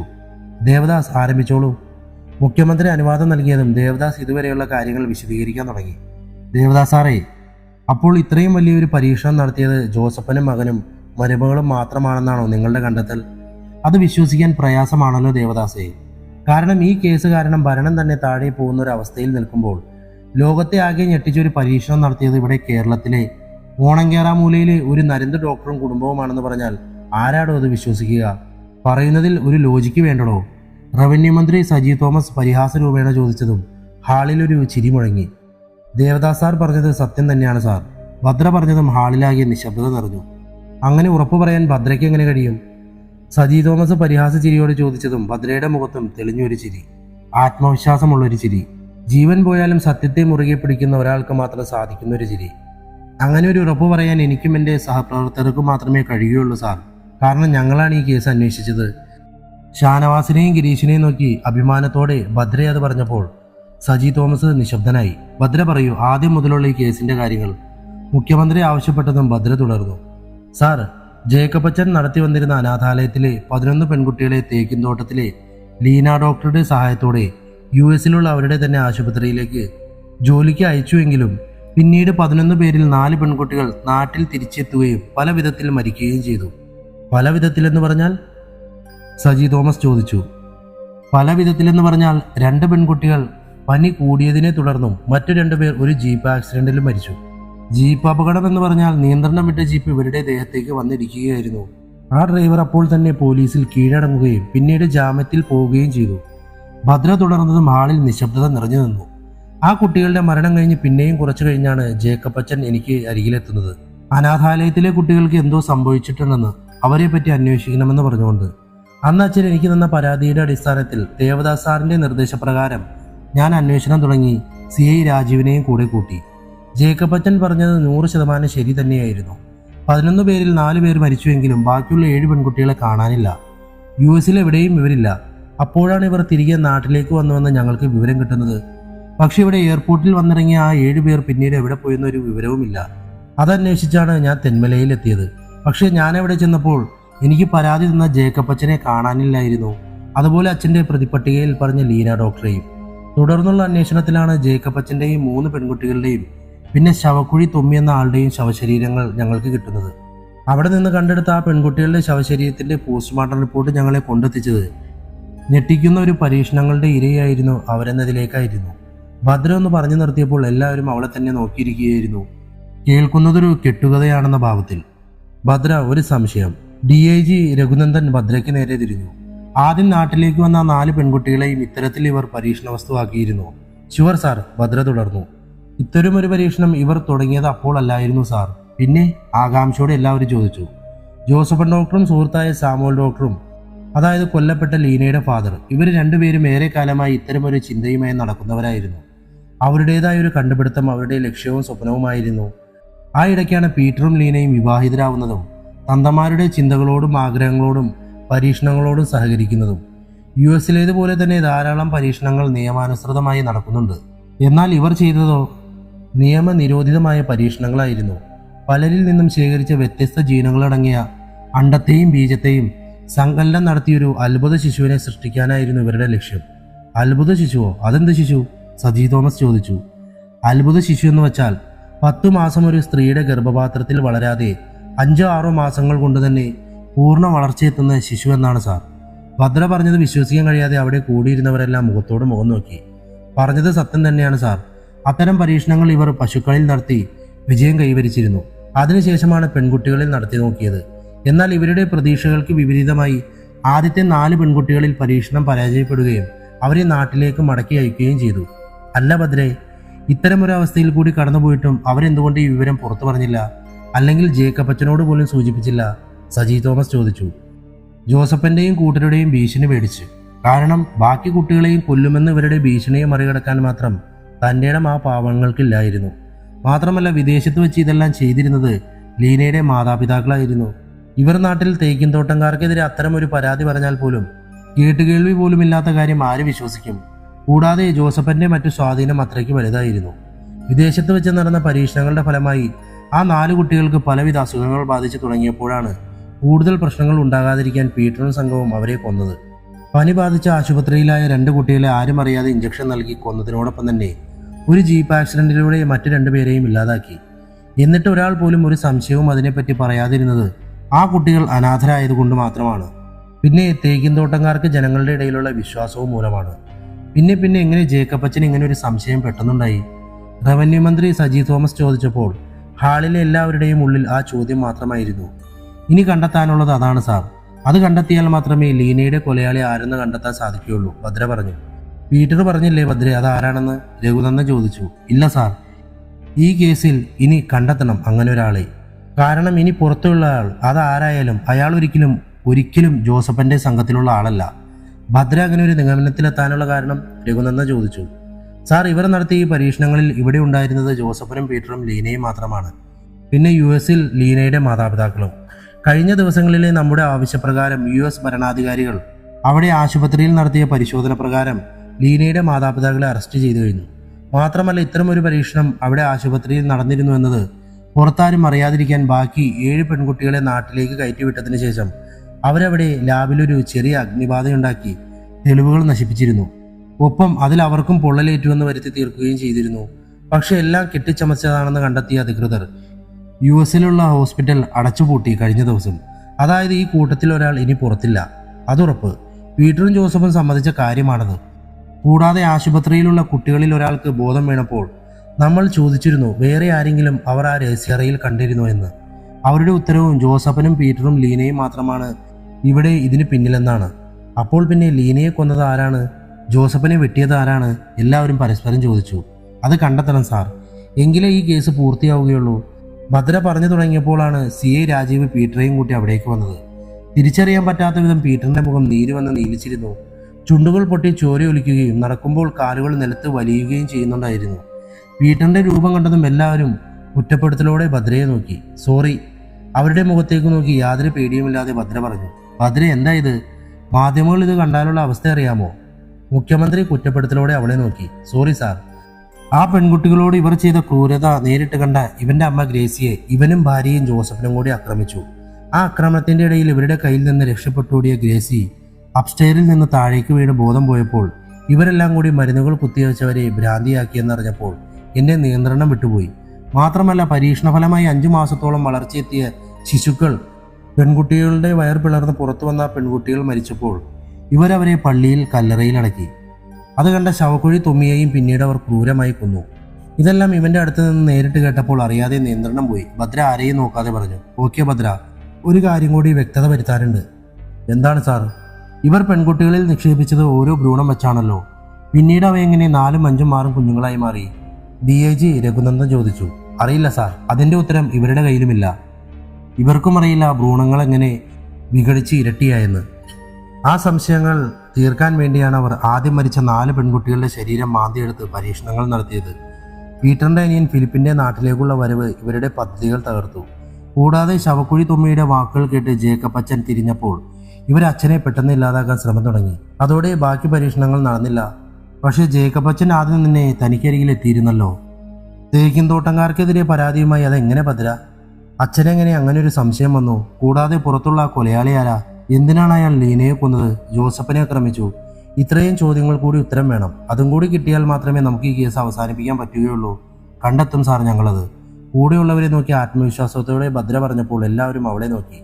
ഒരു കാര്യം ഞാൻ ഉറപ്പിച്ചു പറയുന്നു സാർ, പുറത്തു നിൽക്കുന്ന കൊലയാളി ആരാണെങ്കിലും അയാൾക്ക് ഇവരുടെ പരീക്ഷണങ്ങളുമായി യാതൊരു ബന്ധവുമില്ല. അത് 100% ഉറപ്പ്. ഞാനത് കണ്ടെത്തി തെളിയിച്ചിരിക്കും അടുത്ത 12 മണിക്കൂറിൻ്റെ ഉള്ളിൽ. എല്ലാവരും ആത്മവിശ്വാസം തുളുമ്പി നിൽക്കുന്ന അവളുടെ വാക്കുകൾ കേട്ട് അവളെ നോക്കവേ അനുവാദം വാങ്ങിയവൾ ഷാനവാസിനെയും ടീമിനെയും കൂട്ടി പുറത്തിറങ്ങി. അവിടെ കോൺഫറൻസ് ഹാളിന് പുറത്തു നിന്നിരുന്ന ഹരികുമാറിനെ കണ്ടതും അവളുടെ കണ്ണുകൾ അവനിൽ ഉടക്കി നിന്നു. ഹരി വിളിച്ചുകൊണ്ട് ഭദ്ര അവന്റെ അരികിലേക്ക് ചെന്നു. എന്തായി ഹരി, ഞാൻ പറഞ്ഞ കാര്യങ്ങൾ താൻ അന്വേഷിച്ചോ? അന്വേഷിച്ചു. കൂടുതൽ വിവരങ്ങൾ ഹരി പറയാൻ തുടങ്ങിയതും പത്രലേഖകർ അവർക്ക് ചുറ്റും കൂടി. ജേക്കബ് അച്ഛൻ ലീന കൊലക്കേസിന്റെ പൂർണ്ണ വിവരങ്ങൾ അവർ തിരക്കിയെങ്കിലും അവർക്ക് ഉത്തരം നൽകാതെ ഭദ്രയും ടീമും വേഗം അവിടെ നിന്ന് മടങ്ങി. വൈകുന്നേരം ഗസ്റ്റ് ഹൗസിലെ പുൽത്തടിയിൽ എല്ലാവരും ഒത്തുകൂടിയിരുന്നപ്പോൾ ഭദ്ര ഉത്തരം കിട്ടാത്ത ഒരുപാട് ചോദ്യങ്ങളിൽ ഉഴയുകയായിരുന്നു. എത്രയെല്ലാം ചേർത്ത് വയ്ക്കാൻ ശ്രമിച്ചാലും ചില കണ്ണികൾ കൂടിച്ചേരാതെ മാറി നിൽക്കുന്നത് പോലെ. ഇതുകൊണ്ട് ഷാനവാസ് പറഞ്ഞു, മേഡം ഇങ്ങനെ ടെൻഷനായതുകൊണ്ട് കാര്യമില്ലല്ലോ. നമുക്കെല്ലാവർക്കും കൂടി ഈ കേസ് ആദ്യം മുതലേ വിശകലനം ചെയ്ത് നോക്കാം. പുറത്തു നിന്നാണ് ഈ കൊല നടത്തിയതെങ്കിൽ തീർച്ചയായും അയാൾക്ക് തേക്കിൻ തോട്ടംകാരുമായോ ജേക്കബ് അച്ചായനുമായോ അതുമല്ലെങ്കിൽ കൊല്ലപ്പെട്ട കുട്ടികളുമായോ എന്തെങ്കിലും തരത്തിലുള്ള ബന്ധമുണ്ടായിരിക്കുമല്ലോ. നമുക്ക് ശ്രമിച്ചു നോക്കാം മേഡം. ആത്മവിശ്വാസത്തോടെ ഷാനവാസ് പറയുമ്പോൾ ഭദ്രയിൽ ഒരു പുഞ്ചിരി തെളിഞ്ഞു. അങ്ങനെ ഒരു ബന്ധം, അതായത് മരിച്ച 7 പെൺകുട്ടികൾക്കോ അല്ലെങ്കിൽ ഇപ്പോൾ ആശുപത്രിയിലുള്ള ആ 4 പെൺകുട്ടികൾക്കോ പുറത്തുള്ള ആരെങ്കിലുമായി എന്തെങ്കിലും തരത്തിലുള്ള ബന്ധങ്ങളുണ്ടോ എന്ന് അന്വേഷിക്കാനാണ് ഞാൻ രാവിലെ ഹരിയെ പറഞ്ഞയച്ചത്. നമ്മൾ പോലീസുകാർക്ക് കിട്ടുന്നതിനേക്കാൾ കൂടുതൽ ഇത്തരം വിവരങ്ങൾ കളക്ട് ചെയ്യാൻ സാധിക്കുക ഹരിയെ പോലുള്ള പത്രക്കാർക്കാണ്. ഹരികുമാർ പോയിട്ട് പുതിയ വല്ല വിവരവും കിട്ടിയോ ഹരി? രാജീവ് പ്രതീക്ഷയോടെ ഹരികുമാറിനെ നോക്കി. ഇല്ല രാജീവ് സാർ, ആ കുട്ടികൾക്ക് അനാഥാലയവും അവിടുത്തെ അന്തേവാസികളും പിന്നെ ജേക്കബ് അച്ഛനും അത് മാത്രമായിരുന്നു ലോകം. പുറത്തൊരു ബന്ധം അവരാരും സ്ഥാപിച്ചിരുന്നില്ല. അതിന് സൗഹൃദമായാലും പ്രണയമായാലും അവർക്കില്ലായിരുന്നു. ഹരികുമാർ പറഞ്ഞതും അവിടെ ഒരു നിശബ്ദത നിറഞ്ഞു. ലീനയുടെ കൊലപാതകവും ജോസഫിന് നേരെയുള്ള ആക്രമണവും നടത്തിയത് ഈ പെൺകുട്ടികളുമായി ബന്ധമുള്ള ആരെങ്കിലും ആവുമെന്ന എൻ്റെ കണക്കുകൂട്ടലുകളൊക്കെ തെറ്റി. ഇനി കണ്ടെത്തണം നമ്മൾ. അയാൾ ആരാണെന്ന്, അയാളും ജേക്കബ് തമ്മിലുള്ള ബന്ധം എന്താണെന്ന്. ഇതിലേതെങ്കിലും നമ്മളൊന്ന് കണ്ടെത്തിയാൽ പിന്നെ നമ്മൾ വിജയിച്ചു. പക്ഷെ ആര്, എന്തിന്? ഈ രണ്ടും ഇപ്പോഴും ചോദ്യങ്ങൾ മാത്രമാണ്. നിരാശയുടെ ഭദ്ര മുഖം കുടഞ്ഞതും ഹരികുമാർ ഭദ്രയുടെ അടുത്തെത്തി. ഭദ്ര മേഡം, ഞാൻ എൻ്റെ സംശയം അല്ലെങ്കിൽ ഒരു തോന്നൽ പറഞ്ഞോട്ടെ? അയാൾ മടിയോട് ചോദിച്ചു. എന്തിനാണ് ഹരി ഇങ്ങനെ ഒരു മുഖവുര? ഇവിടെ ആർക്കും എന്തും ചോദിക്കാം, പറയാം. എന്താണ് ഹരിക്ക് പറയാനുള്ളത്? അത് മേഡം, നമ്മൾ കഴിഞ്ഞ ദിവസം രാത്രി ജോസഫിനെയും പീറ്ററിനെയും അന്വേഷിച്ച് അവരുടെ വീട്ടിൽ പോയില്ലേ? അതായത് ജോസഫിനെ വെട്ടിക്കിട്ടിയ രാത്രി. അയാൾ സംശയത്തോടെ പാതിയിൽ നിർത്തി. പറ ഹരി, അന്ന് അവിടെ എന്തെങ്കിലും അസ്വാഭാവികമായി ഹരി കണ്ടോ? ഭദ്ര ചോദിച്ചു. കണ്ടോ എന്നതല്ല മേഡം, പോലീസിനെ കണ്ട പീറ്ററും ജോസഫിനും ഗുണ്ടകൾക്കൊപ്പം ഇരുളിലേക്ക് മറിഞ്ഞപ്പോൾ ഞാൻ ജോസഫിന് പിന്നാലെ ഉണ്ടായിരുന്നു. എന്നിട്ട് ഭദ്ര ആകാംക്ഷയോടെ അയാളെ നോക്കി. എനിക്ക് മുമ്പിലുണ്ടായിരുന്ന ജോസഫിനെ പെട്ടെന്നാണ് കാണാതായത്.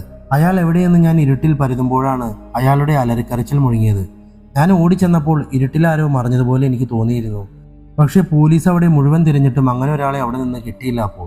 അപ്പോൾ പറ ഹരികുമാർ, എനിക്ക് തോന്നുന്നു അന്ന് ആ വീട്ടിൽ ഉണ്ടായിരുന്ന ആരൊരാൾ തന്നെയല്ലേ ആ ജോസഫിനെ വെട്ടിയതെന്ന്.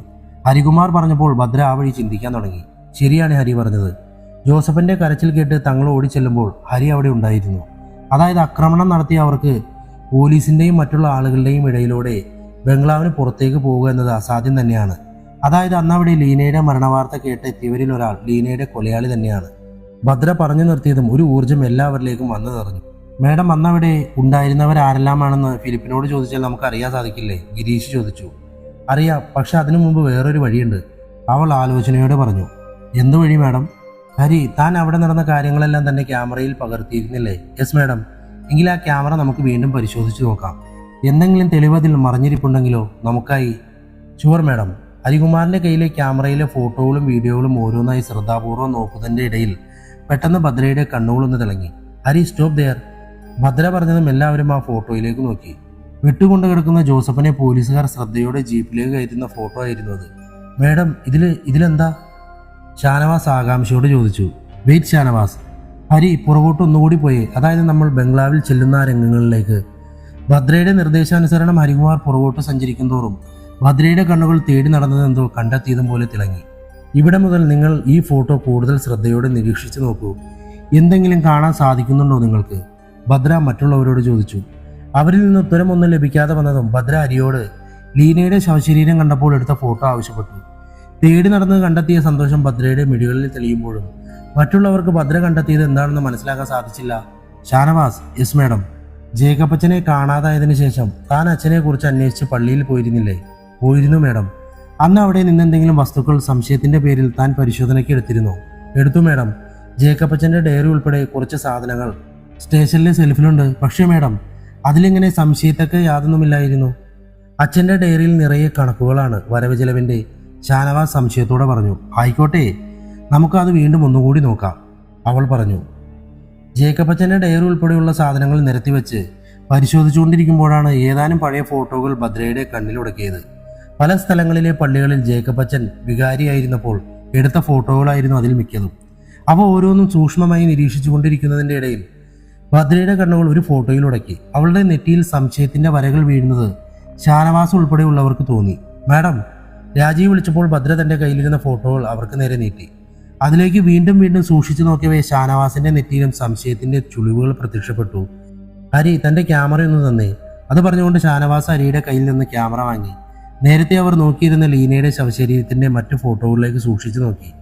കയ്യിലെ ഫോട്ടോയിലേക്കും ക്യാമറയിലേക്കും മാറി മാറി നോക്കി അവർ വിശ്വാസം വരാതെ ഭദ്രയെ നോക്കിയപ്പോൾ അവളും അവനെ തന്നെ സസൂക്ഷ്മം നോക്കി നിൽക്കുകയായിരുന്നു. മേഡം, ഇത് വിശ്വസിക്കാൻ കഴിയാതെ അവൻ അവളെ നോക്കിയപ്പോൾ ഗിരീഷും രാജീവും ഹരിയും ഒന്നിച്ച് ആ ഫോട്ടോയിലേക്ക് നോക്കി. അവരുടെ മുഖത്തെ സംശയഭാവം കണ്ട ഭദ്ര അച്ഛൻ്റെ പഴയ ഫോട്ടോയിൽ അച്ഛനൊപ്പം നിൽക്കുന്ന ഒരാളെ ചൂണ്ടിക്കാട്ടി കൊടുത്തതും വിശ്വസിക്കാൻ കഴിയാതെ അവർ പരസ്പരം നോക്കി. മേഡം, ഇതെങ്ങനെ? രാജീവും ഭദ്രയോട് ചോദിച്ചു. പറയാം രാജീവ്. അതിനു മുമ്പ് നമുക്ക് ജേക്കബ് അച്ഛൻ്റെ ബാല്യത്തിലേക്കും കൗമാരത്തിലേക്കുമെല്ലാം ഒന്ന് പോയി വരാം. ഇവിടെ ഉണ്ടാവും നമ്മൾ തേടുന്ന പല ചോദ്യങ്ങൾക്കുമുള്ള ഉത്തരം. ഓക്കെ? Yes madam. പിറ്റേ ദിവസം വൈകുന്നേരം ഭദ്രയും ടീമും സഞ്ചരിച്ച ജീപ്പ് തേക്കിൻതോട്ടം ബംഗ്ലാവിന്റെ മുറ്റത്ത് ചെന്ന് നിന്നപ്പോൾ ഫിലിപ്പ് ആദ്യം ഒന്ന് അമ്പരന്നു. എന്താണ് ഫിലിപ്പ്? ഞങ്ങളെ തീരെ പ്രതീക്ഷിക്കാത്ത പോലെ. ഭദ്രയുടെ ചോദ്യത്തിനൊരു വിഷാദ ചിരിയായിരുന്നു ഫിലിപ്പിന്റെ മറുപടി. തേക്കിൻതോട്ടംകാർക്കെതിരെ തെന്മലയിലാകെ ഉയർന്ന പ്രക്ഷോഭങ്ങൾ ഫിലിപ്പിനെ സാരമായി ബാധിച്ചിട്ടുണ്ടെന്ന് ഭദ്ര ഊഹിച്ചു. സ്വന്തം അച്ഛനും കൂടപ്പിറപ്പും കൂടി കാട്ടിക്കൂട്ടിയ ദുഷ്ടത്തരത്തിന് ഈ നിരപരാധി കൂടി ശിക്ഷിക്കപ്പെടുകയാണല്ലെന്ന ഭദ്ര ചിന്തിച്ച സമയം തന്നെയാണ് വീടിൻ്റെ അകത്ത് നിന്ന് ജോലിക്കാരൻ ആന്റണി അങ്ങോട്ട് വന്നത്. മുമ്പിൽ പോലീസിനെ കണ്ട ആന്റണി ആദ്യം ഒന്ന് ഒരുങ്ങി. ഭദ്രയുടെ കണ്ണുകൾ ആന്റണിയുടെ മുഖത്ത് തന്നെയായിരുന്നു. അവരുടെ കണ്ണുകളിടഞ്ഞതും ആന്റണിയിലൊരു ഞെട്ടലുണ്ടായി. അപ്പോൾ എങ്ങനെ ആന്റണി ചേട്ടാ, പോവുകയല്ലേ നമ്മൾ സ്റ്റേഷനിലേക്ക്? ഭദ്ര ചോദിച്ചതും ഫിലിപ്പ് ഞെട്ടിപ്പോയി. പക്ഷെ ആന്റണിയിലാവട്ടെ ശാന്തമായ ഭാവമായിരുന്നു. എന്തിനാ മേഡം ആന്റണി ചേട്ടനെ കൊണ്ടുപോകുന്നത്? ഫിലിപ്പ് അമ്പരപ്പോടെ ചോദിച്ചു. എന്തിനാണെന്ന് പറഞ്ഞു കൊടുക്കുക ആന്റണി ചേട്ടാ, ഷാനവാസ് പറഞ്ഞു. അല്ലെങ്കിൽ വേണ്ട, ഞാൻ തന്നെ പറയാമല്ലേ. ഫിലിപ്പേ, ഈ നിൽക്കുന്ന ആന്റണിയാണ് ലീനയെ കൊന്നത്. തൻ്റെ ഡാഡി ജോസഫിനെ വെട്ടി കഷ്ണമാക്കിയത്. ഷാനവാസ് പറഞ്ഞപ്പോൾ കേട്ടത് വിശ്വസിക്കാൻ കഴിയാതെ ഫിലിപ്പ് ആന്റണിയെ പകച്ചു നോക്കി. കസാരയിൽ തലയിൽ താഴ്ത്തിയിരിക്കുന്ന ആന്റണിയെ വീണ്ടും വീണ്ടും ദേവദാസ് സൂക്ഷിച്ചു നോക്കി. അയാളുടെ മുഖത്തുണ്ടായിരുന്ന സംശയഭാവം കണ്ട ഭദ്ര അയാൾക്ക് അരികിലെത്തി. എന്താണ് സാർ, അങ്ങക്ക് വിശ്വസിക്കാൻ കഴിയുന്നില്ലേ ആന്റണിയാണ് ലീനയെ കൊന്നതെന്ന്, ജോസഫിനെ വെട്ടിയതെന്ന്? ഇല്ല ഭദ്ര, ഇല്ല, എനിക്ക് വിശ്വസിക്കാൻ കഴിയുന്നില്ല. നിങ്ങളെങ്ങനെ കണ്ടെത്തി ഇയാളാണ് പ്രതിയെന്ന്? ദേവദാസ് ചോദിച്ചുകൊണ്ട് ഭദ്രയെ നോക്കി. സാർ, ഹരി എടുത്ത ഇതുവരെയുള്ള ഈ കേസുമായി ബന്ധപ്പെട്ട ഫോട്ടോകൾ ഒന്നുകൂടി നോക്കിക്കൊണ്ടിരുന്നപ്പോഴാണ് ആന്റണി ഞങ്ങളുടെ കണ്ണിൽപ്പെട്ടത്. ഏത് ഫോട്ടോ? ദേവദാസ് ചോദിച്ചു. ദാ സാർ, ഈ ഫോട്ടോ കണ്ടോ? ഇത് ജോസഫിന് വിട്ട് കിട്ടിക്കിടക്കുന്ന സമയത്ത് എടുത്തതാണ്. ഈ ഫോട്ടോയിൽ എവിടെയും ആന്റണി ഇല്ല.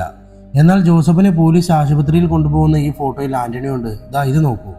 വേറൊരു ഫോട്ടോ കാണിച്ചുകൊണ്ട് ഭദ്ര പറഞ്ഞപ്പോൾ ദേവദാസ് അതിലേക്ക് നോക്കി. പോലീസുകാർ ശ്രദ്ധയോടെ വണ്ടിയിൽ കയറ്റുന്ന ജോസഫിനെ നോക്കി നിൽക്കുന്ന ആന്റണി. അയാളുടെ മുഖത്ത് തെളിഞ്ഞു നിൽക്കുന്നത് നിറഞ്ഞ സംതൃപ്തിയുടെ ചിരിയാണെന്ന് ആർക്കും വേഗം മനസ്സിലാവുമായിരുന്നു. ഭദ്രേ, ഈ ഫോട്ടോയുടെ മാത്രം അടിസ്ഥാനത്തിലാണോ നീ? അല്ല സാർ, ദേ ഈ ഫോട്ടോ കൂടി നോക്ക്. ജോസഫിനെ വെട്ട് കിട്ടുന്നതിൻ്റെ അല്പം മുമ്പ് ഹരി എടുത്തതാണ്. ഈ ഫോട്ടോയിൽ ആന്റണി ഉണ്ട്, അത് നല്ല നീല വരയും ഷർട്ട് ധരിച്ച്. പക്ഷേ ജോസഫിനെ വെട്ട് കെട്ടിയതിന് ശേഷമുള്ള ഫോട്ടോയിൽ ആന്റണി ധരിച്ചിരിക്കുന്നത് ഒരു കറുപ്പ് ഷർട്ടാണ്. അതായത് ജോസഫിനെ വെട്ടിയതിന് ശേഷം വേഷം മാറിയാണ് ആന്റണി രണ്ടാമത് രംഗത്ത് വന്നിരിക്കുന്നത്. അതും അയാൾ മരിച്ചു എന്നറിയാൻ. അടുപ്പിച്ചെടുത്ത ഈ ഫോട്ടോകൾ തമ്മിലുള്ള ഈ വ്യത്യാസം കണ്ടതുകൊണ്ടാണ് ഞങ്ങൾ ലീനയുടെ ശവശരീരം കണ്ടു കിട്ടിയപ്പോഴുള്ള ഫോട്ടോകൾ നോക്കിയത്. അവിടെയും ആന്റണി ഉണ്ട്, നിറഞ്ഞ ചിരിയുമായി. മാത്രമല്ല, ചോദ്യം ചെയ്തപ്പോൾ അയാൾ സമ്മതിക്കുകയും ചെയ്തു. ഞങ്ങൾ അന്ന് അവിടെ ചെന്നതിന് ശേഷം അയാൾ തന്നെയാണ് ലീനയുടെ ശവശരീരം പെട്ടെന്ന് കാണുവാൻ വേണ്ടി തോട്ടത്തിലെ പണിക്കാരനോട് പുകപ്പുര വൃത്തിയാക്കാൻ ജോസഫൻ പറഞ്ഞു എന്ന് പറഞ്ഞതും ചെയ്യിപ്പിച്ചതും. എന്തിനു വേണ്ടിയാണ് ഭദ്ര ഇയാൾ അവരെ ഇല്ലാതാക്കാൻ നോക്കിയത്? ദേവദാസ് ആകാംക്ഷയോട് ചോദിച്ചു. ആ ഒരു ചോദ്യത്തിന് ഉത്തരം കിട്ടാൻ ഞങ്ങൾ ജേക്കബ് അച്ഛൻ്റെ പഴയ വസ്തുക്കൾ പരിശോധിച്ച് നോക്കി. അതിൽ നിന്ന് കിട്ടിയതാണ് സാർ ദേ ഈ ഫോട്ടോ. ഭദ്ര ചൂണ്ടിക്കാണിച്ച ഫോട്ടോയിലേക്ക് നോക്കിയ ദേവദാസ് കണ്ടു ചെറുപ്പക്കാരനായ രണ്ടുപേരെ. ജേക്കബ് അച്ഛനും ആന്റണിയും? ദേവദാസ് ചോദിച്ചു. അതെ സാർ, അവർ സുഹൃത്തുക്കളായിരുന്നു. വെറും സുഹൃത്തുക്കൾ മാത്രമല്ല, ഒന്നിച്ചു ഒരു അനാഥാലയത്തിൽ ഒരുമിച്ച് വളർന്ന രണ്ടുപേർ. ഒരാൾക്ക് മറ്റൊരാളാണ് പ്രാണൻ. പക്ഷെ ഇവരുടെ സൗഹൃദം ഒരാളും ഒരിക്കലും തിരിച്ചറിഞ്ഞിരുന്നില്ല, ഇവർ അറിയിച്ചതുമില്ല. വലുതായപ്പോൾ ജേക്കബ് വികാരിയായി മാറി. ആന്റണി പ്രത്യേക ലക്ഷ്യങ്ങളൊന്നുമില്ലാതെ ജേക്കബ് അച്ഛനുള്ള നാടുകളിൽ ഓരോന്നിലും അലഞ്ഞു നടന്ന ഒടുവിൽ ഇവിടെ എത്തി. ഓക്കെ ഭദ്ര, എല്ലാം ശരിയാണ്. പക്ഷെ ഇപ്പോഴും ഒരു സംശയം ബാക്കിയാണല്ലോ, ദേവദാസ് പറഞ്ഞു. എന്ത് സംശയം സാർ? ജേക്കബ് അച്ഛൻ എങ്ങനെയാണ് കുട്ടികളെ പറ്റിയുള്ള വിവരങ്ങൾ അറിഞ്ഞത്? അതിൻ്റെ അടിസ്ഥാനത്തിലാണല്ലോ നമ്മൾ ഈ കേസ് ഏറ്റെടുത്തതും താൻ ഈ തെന്മലയിലെത്തിയതും. അതെങ്ങനെ അറിഞ്ഞു? ദേവദാസ് ചോദിച്ചപ്പോൾ ഭദ്ര ആന്റണിയെ ഒന്ന് നോക്കി. അതിനും വ്യക്തമായ ഉത്തരമുണ്ട് സാർ. ജോസഫിൻ്റെയും പീറ്ററിൻ്റെയും പെരുമാറ്റത്തിൽ സംശയം തോന്നിയ ഗ്രേസ്യാമ്മ തന്നെയാണ് അക്കാര്യം ജേക്കബ് അച്ഛനോട് പറഞ്ഞത്, ഒരു കുമ്പസാര രഹസ്യം പോലെ. അച്ഛൻ്റെ നിർദ്ദേശമനുസരിച്ച് ജോസഫിനെയും മകനെയും നിരീക്ഷിച്ചുകൊണ്ടിരിക്കുന്ന ഗ്രേസി ഒടുവിൽ ആ രഹസ്യാറ കണ്ടുപിടിച്ചെങ്കിലും അപ്പം തന്നെ ജോസഫിൻ്റെ കയ്യിൽ അകപ്പെട്ടതുകൊണ്ട് രഹസ്യാറയുടെ വിവരങ്ങൾ ആരും അറിഞ്ഞില്ല. പക്ഷേ ഗ്രേസിക്ക് സംഭവിച്ചതൊരു സാധാരണ അപകടമല്ലെന്ന് തിരിച്ചറിഞ്ഞ ജേക്കബ് അച്ഛൻ പരാതിയുമായി എനിക്കരികിലെത്തി. കൂടാതെ കൂടുതൽ വിവരങ്ങൾ ശേഖരിക്കാൻ അച്ഛൻ ഇറങ്ങിത്തിരിച്ചത് തിരിച്ചറിഞ്ഞ ജോസഫൻ ലീനയെ ഉപയോഗിച്ച് അച്ഛനെ ബംഗ്ലാവിലേക്ക് വിളിച്ചു വരുത്തി ഞെട്ടിക്കുന്ന കുറച്ച് കാര്യങ്ങൾ പറയാനുണ്ടെന്ന് പറഞ്ഞു. അതനുസരിച്ച് അച്ഛൻ വന്നു. ഒരുപക്ഷെ അതിലൊരു ചതി തിരിച്ചറിഞ്ഞതുകൊണ്ടാവാം അവസാന നിമിഷം ജേക്കബ് അച്ഛൻ എല്ലാ വിവരവും ആന്റണിയെ അറിയിച്ചത്. ഒപ്പം തനിക്കെന്തെങ്കിലും പറ്റിയാലും സത്യങ്ങളെല്ലാം അറിയുന്ന ഒരാൾ വേണമെന്ന് അച്ഛൻ നിർദ്ദേശിച്ചതനുസരിച്ച് ആന്റണി രഹസ്യമായി ലീനയുടെയും അച്ഛൻ്റെയും മീറ്റിംഗ് മറഞ്ഞു നിന്ന് വീക്ഷിച്ചു. അപ്പോൾ ആന്റണി കണ്ടിരുന്നു അച്ഛനെ അവർ കൊല്ലുന്നത്? ദേവദാസ് ചോദിച്ചു. യെസ് സാർ, ആന്റണി കണ്ടിരുന്നു അവർ അച്ഛനെ ബലമായി ഇഞ്ചക്ഷൻ ചെയ്യുന്നത്. പക്ഷെ ഒന്നും ചെയ്യാൻ കഴിയാതെ നിശബ്ദനാവാൻ മാത്രമേ ആന്റണിക്ക് പറ്റുകയുള്ളൂ. കാരണം ദൃക്സാക്ഷിയായി ആന്റണി ഉണ്ടെന്നറിഞ്ഞിരുന്നുവെങ്കിൽ അവരപ്പോൾ തന്നെ ആന്റണിയെ കൂടി ഇല്ലായ്മ ചെയ്യുമായിരുന്നു. അപ്പോൾ ലീന? അച്ഛൻ്റെ ശരീരവുമായി ജോസഫിനും മകനും പോയപ്പോൾ വീട്ടിൽ ഒറ്റയ്ക്കായി ലീനയെ ആന്റണിയാണ് പുകപ്പുരയിൽ എന്തോ ബഹളമെന്ന് പറഞ്ഞ് പുറത്തേക്ക് കൂട്ടിക്കൊണ്ടുപോയതും തലക്കടിച്ച് വീഴ്ത്തിയതും. പിന്നീട് കൈകാലുകൾ ബന്ധിച്ച് വാ മൂടിക്കെട്ടി പുകപ്പുരയിലെ ഷീറ്റുകൾക്കിടയിൽ തന്നെ ഉണ്ടായിരുന്നു ലീന കുറച്ച് ദിവസം. ഒടുവിൽ രക്തം വാർന്നാണ് അവൾ മരിക്കുന്നത്. അപ്പോൾ അവളെ പുകപ്പുരയിലെ വേസ്റ്റ് കത്തിക്കുന്ന കുഴിയിലിട്ട് മൂടി. അവസാനം നമ്മൾ പിന്നെയും ലീനയെ തിരഞ്ഞു നടക്കുമെന്ന് തോന്നിയപ്പോഴാണ് ആന്റണി ലീനയുടെ ശരീരം കുഴിയിൽ നിന്ന് പുറത്തേക്ക് വലിച്ചിട്ടതും പണിക്കാരൻ കണ്ടത്. അതിനുശേഷം ഒരുതരം പകയോടെ ജോസഫിനെ നോക്കിയിരുന്ന ആന്റണിയുടെ കയ്യിലേക്ക് തന്നെയാണ് ജോസഫൻ രാത്രി ഞങ്ങളെ കണ്ട് ഭയന്നോടിയത്. ഇരുട്ടിൽ അയാളെ ആക്രമിച്ച ആന്റണി ഹരിയെ കണ്ടപ്പോൾ ഓടുകയായിരുന്നു. ഭദ്ര പറഞ്ഞു നിർത്തിയപ്പോൾ ദേവദാസൻ ശ്വാസം വലിച്ചുവിട്ടു. ഇപ്പോൾ ജേക്കപ്പച്ചൻ എന്ന പരാതിയും തൻ്റെ അന്വേഷണവും പൂർത്തിയായില്ലേ ഭദ്ര? യെസ് സാർ, ഇനി ഈ കേസ് ക്ലോസ് ചെയ്യാം. എല്ലാ തെളിവുകളും നമ്മുടെ കയ്യിലുണ്ട്. ഓക്കെ ഭദ്ര. അത് പറഞ്ഞുകൊണ്ട് ദേവദാസ് എഴുന്നേറ്റു. സാർ. യെസ് ഭദ്ര. സാർ, ആ പെൺകുട്ടികളുടെ ഇപ്പോഴത്തെ അവസ്ഥ എന്താണ്? ഭദ്ര ചോദിച്ചു. അവരെ ഇവിടെ നിന്ന് തിരുവനന്തപുരത്തേക്ക് മാറ്റുകയാണ്. അവരുടെ വയറ്റിലെ കുഞ്ഞുങ്ങൾക്ക് ഏകദേശം 3 മാസം ആവാറായെങ്കിലും പെൺകുട്ടികളുടെ ജീവൻ കണക്കിലെടുത്ത് അവരുടെ കൂടി സമ്മതത്തോടെ ആ ഭ്രൂണത്തെ ഓപ്പറേഷനിലൂടെ നീക്കം ചെയ്യാൻ തീരുമാനിച്ചിരിക്കുകയാണ്. ഓക്കെ സാർ, അപ്പോൾ ഇനി 2 ദിവസത്തിനുള്ളിൽ എനിക്ക് തെന്മലയിൽ നിന്ന് മടങ്ങി പോകാമല്ലോ? തീർച്ചയായും ഭദ്ര. ദേവദാസ് പറഞ്ഞതും ഭദ്രയിൽ ഒരു ചിരി തെളിഞ്ഞു. 2 ദിവസങ്ങൾക്ക് ശേഷം ഭദ്ര തെന്മലയിൽ നിന്ന് പോകാനൊരുങ്ങിയപ്പോൾ ആ ഗ്രാമമാകെ എത്തിയിരുന്നു അവളെ യാത്രയാക്കാൻ. ഷാനവാസ് ഉൾപ്പെടെ എല്ലാവരും ഭദ്രയെ കാത്തു നിൽക്കുകയാണ് സ്റ്റേഷൻ മുറ്റത്ത്. ഷാനവാസ്, ഭദ്ര മേഡം എവിടെ? രാജീവ് ചോദിച്ചു. മേഡം സെല്ലിൻ്റെ ഉള്ളിൽ ആന്റണി ചേട്ടനോട് എന്തോ സംസാരിക്കുകയാണ്, ഷാനവാസ് പറഞ്ഞു. ഈ സമയം ഭദ്ര ആന്റണിക്ക് അരികിലായിരുന്നു. ആന്റണി ചേട്ടാ, ഞാൻ പോവുകയാണ്. ജേക്കപ്പച്ചൻ എന്നെ ഏൽപ്പിച്ച കേസ് കഴിഞ്ഞു. പോട്ടെ ഞാൻ. അവൾ യാത്ര ചോദിച്ചതും അയാൾ വിറയിലൂടെ അവളുടെ കൈകളിൽ പിടിച്ചു. ഒരുപാട് നന്ദിയുണ്ട് മോളെ. അയാൾ പൊട്ടിക്കരഞ്ഞു. സാരമില്ല ആന്റണി ചേട്ടാ, എല്ലാം കഴിഞ്ഞില്ലേ? മരണം അറിയിക്കുന്ന തെറ്റ് തന്നെയാണ് ജോസഫിനും മകനും ലീനയും ചെയ്തത്. ആന്റണി ചേട്ടൻ അധികകാലം അകത്ത് കിടക്കേണ്ടി വരില്ല. ഇറങ്ങുമ്പോൾ ഞാൻ വരും ചേട്ടനെ തേടി. എന്തിനാണെന്നല്ലേ? ഇത് തരാൻ. അത് പറഞ്ഞുകൊണ്ട് ഭദ്ര കയ്യിലെ ഫോട്ടോ അയാൾക്ക് നേരെ നീട്ടിയതും വിശ്വസിക്കാൻ കഴിയാതെ ആന്റണി ഭദ്രയെ തുറച്ചു നോക്കി. ആ ഫോട്ടോയിൽ ആന്റണിയും ഗ്രേസിയുമായിരുന്നു ഉണ്ടായിരുന്നത്. എനിക്കിത് കിട്ടിയത് ജേക്കപ്പച്ചൻ്റെ ഡയറിയിൽ നിന്നാണ് ആന്റണി ചേട്ടാ. ഒരിക്കൽ പരസ്പരം ജീവന തുല്യം സ്നേഹിച്ചവരാണ് ആന്റണി ചേട്ടനും ഗ്രേസിയുമെന്ന് എനിക്ക് മനസ്സിലായി. സമ്പത്തിന്റെ ബലത്തിൽ ജോസഫൻ ഗ്രേസിയെ സ്വന്തമാക്കിയപ്പോൾ ആ പഴയ ഓർമ്മകളിൽ ഒരു ജന്മം പാഴാക്കി ചേട്ടനോട് എനിക്കൊന്നും പറയാനില്ല. പിന്നെ ലീനയെ കൊന്നതിലൂടെ, ജോസഫിനെ വെട്ടിയതിലൂടെ ആന്റണി ചേട്ടൻ തീർത്തത് ജേക്കപ്പച്ചനെ കൊന്നവരോടുള്ള പക മാത്രമല്ലെന്നും ഗ്രേസി ഇപ്പോഴത്തെ അവസ്ഥയിലാക്കിയവരോടുള്ള പ്രതികാരം കൂടിയാണെന്ന് എനിക്കറിയാം. പക്ഷെ അതും ഈ കേസും തമ്മിൽ കൂട്ടിച്ചേർക്കാൻ ഞാൻ ഇഷ്ടപ്പെടുന്നില്ല. ആന്റണി ചേട്ടന്റെ പ്രണയം എന്നും ചേട്ടന്റെ ഉള്ളിൽ തന്നെ ഇരിക്കട്ടെ കേട്ടോ. പിന്നെ വേറൊരു കാര്യം കൂടിയുണ്ട് ആന്റണി ചേട്ടാ. ജേക്കപ്പച്ചൻ സ്വന്തം പ്രാണൻ ബലി കൊടുത്ത അനാഥാലയവും അവിടുത്തെ കുട്ടികളും ഇനി കൂടുതൽ സുരക്ഷിതരായിരിക്കും. കാരണം ഇനി അവിടെ അവർക്ക് കാവലായി തെന്മല സുനി ഉണ്ടാകുമെന്നും. പഴയ ഗുണ്ടയായിട്ടല്ല, മറിച്ച് ജേക്കപ്പച്ചൻ്റെ മകനായി. അപ്പോൾ പറഞ്ഞത് മറക്കണ്ട, ഇവിടെ നിന്നിറങ്ങുമ്പോൾ വരണം എൻ്റെ അടുത്തേക്ക്. അത് പറഞ്ഞുകൊണ്ട് ഭദ്ര നടന്നു നീങ്ങവേ നിറമിഴികളുമായി ആന്റണി അവളെ നോക്കി നിന്നു. കഥ അവസാനിച്ചിരിക്കുന്നത് എങ്ങനെയുണ്ട്? ഒരു രക്ഷയില്ലാട്ടെ. ഇപ്പം സമയം 4:25. എത്ര മണിക്ക് തുടങ്ങിയതാണെന്നറിയാമോ? വെളുപ്പിന് 4:25 തീരണേ. എന്തായാലും പുതിയ കഥയുമായി വരുന്നവരെ കാത്തിരിക്കുക. Thank you so much. Love you. By.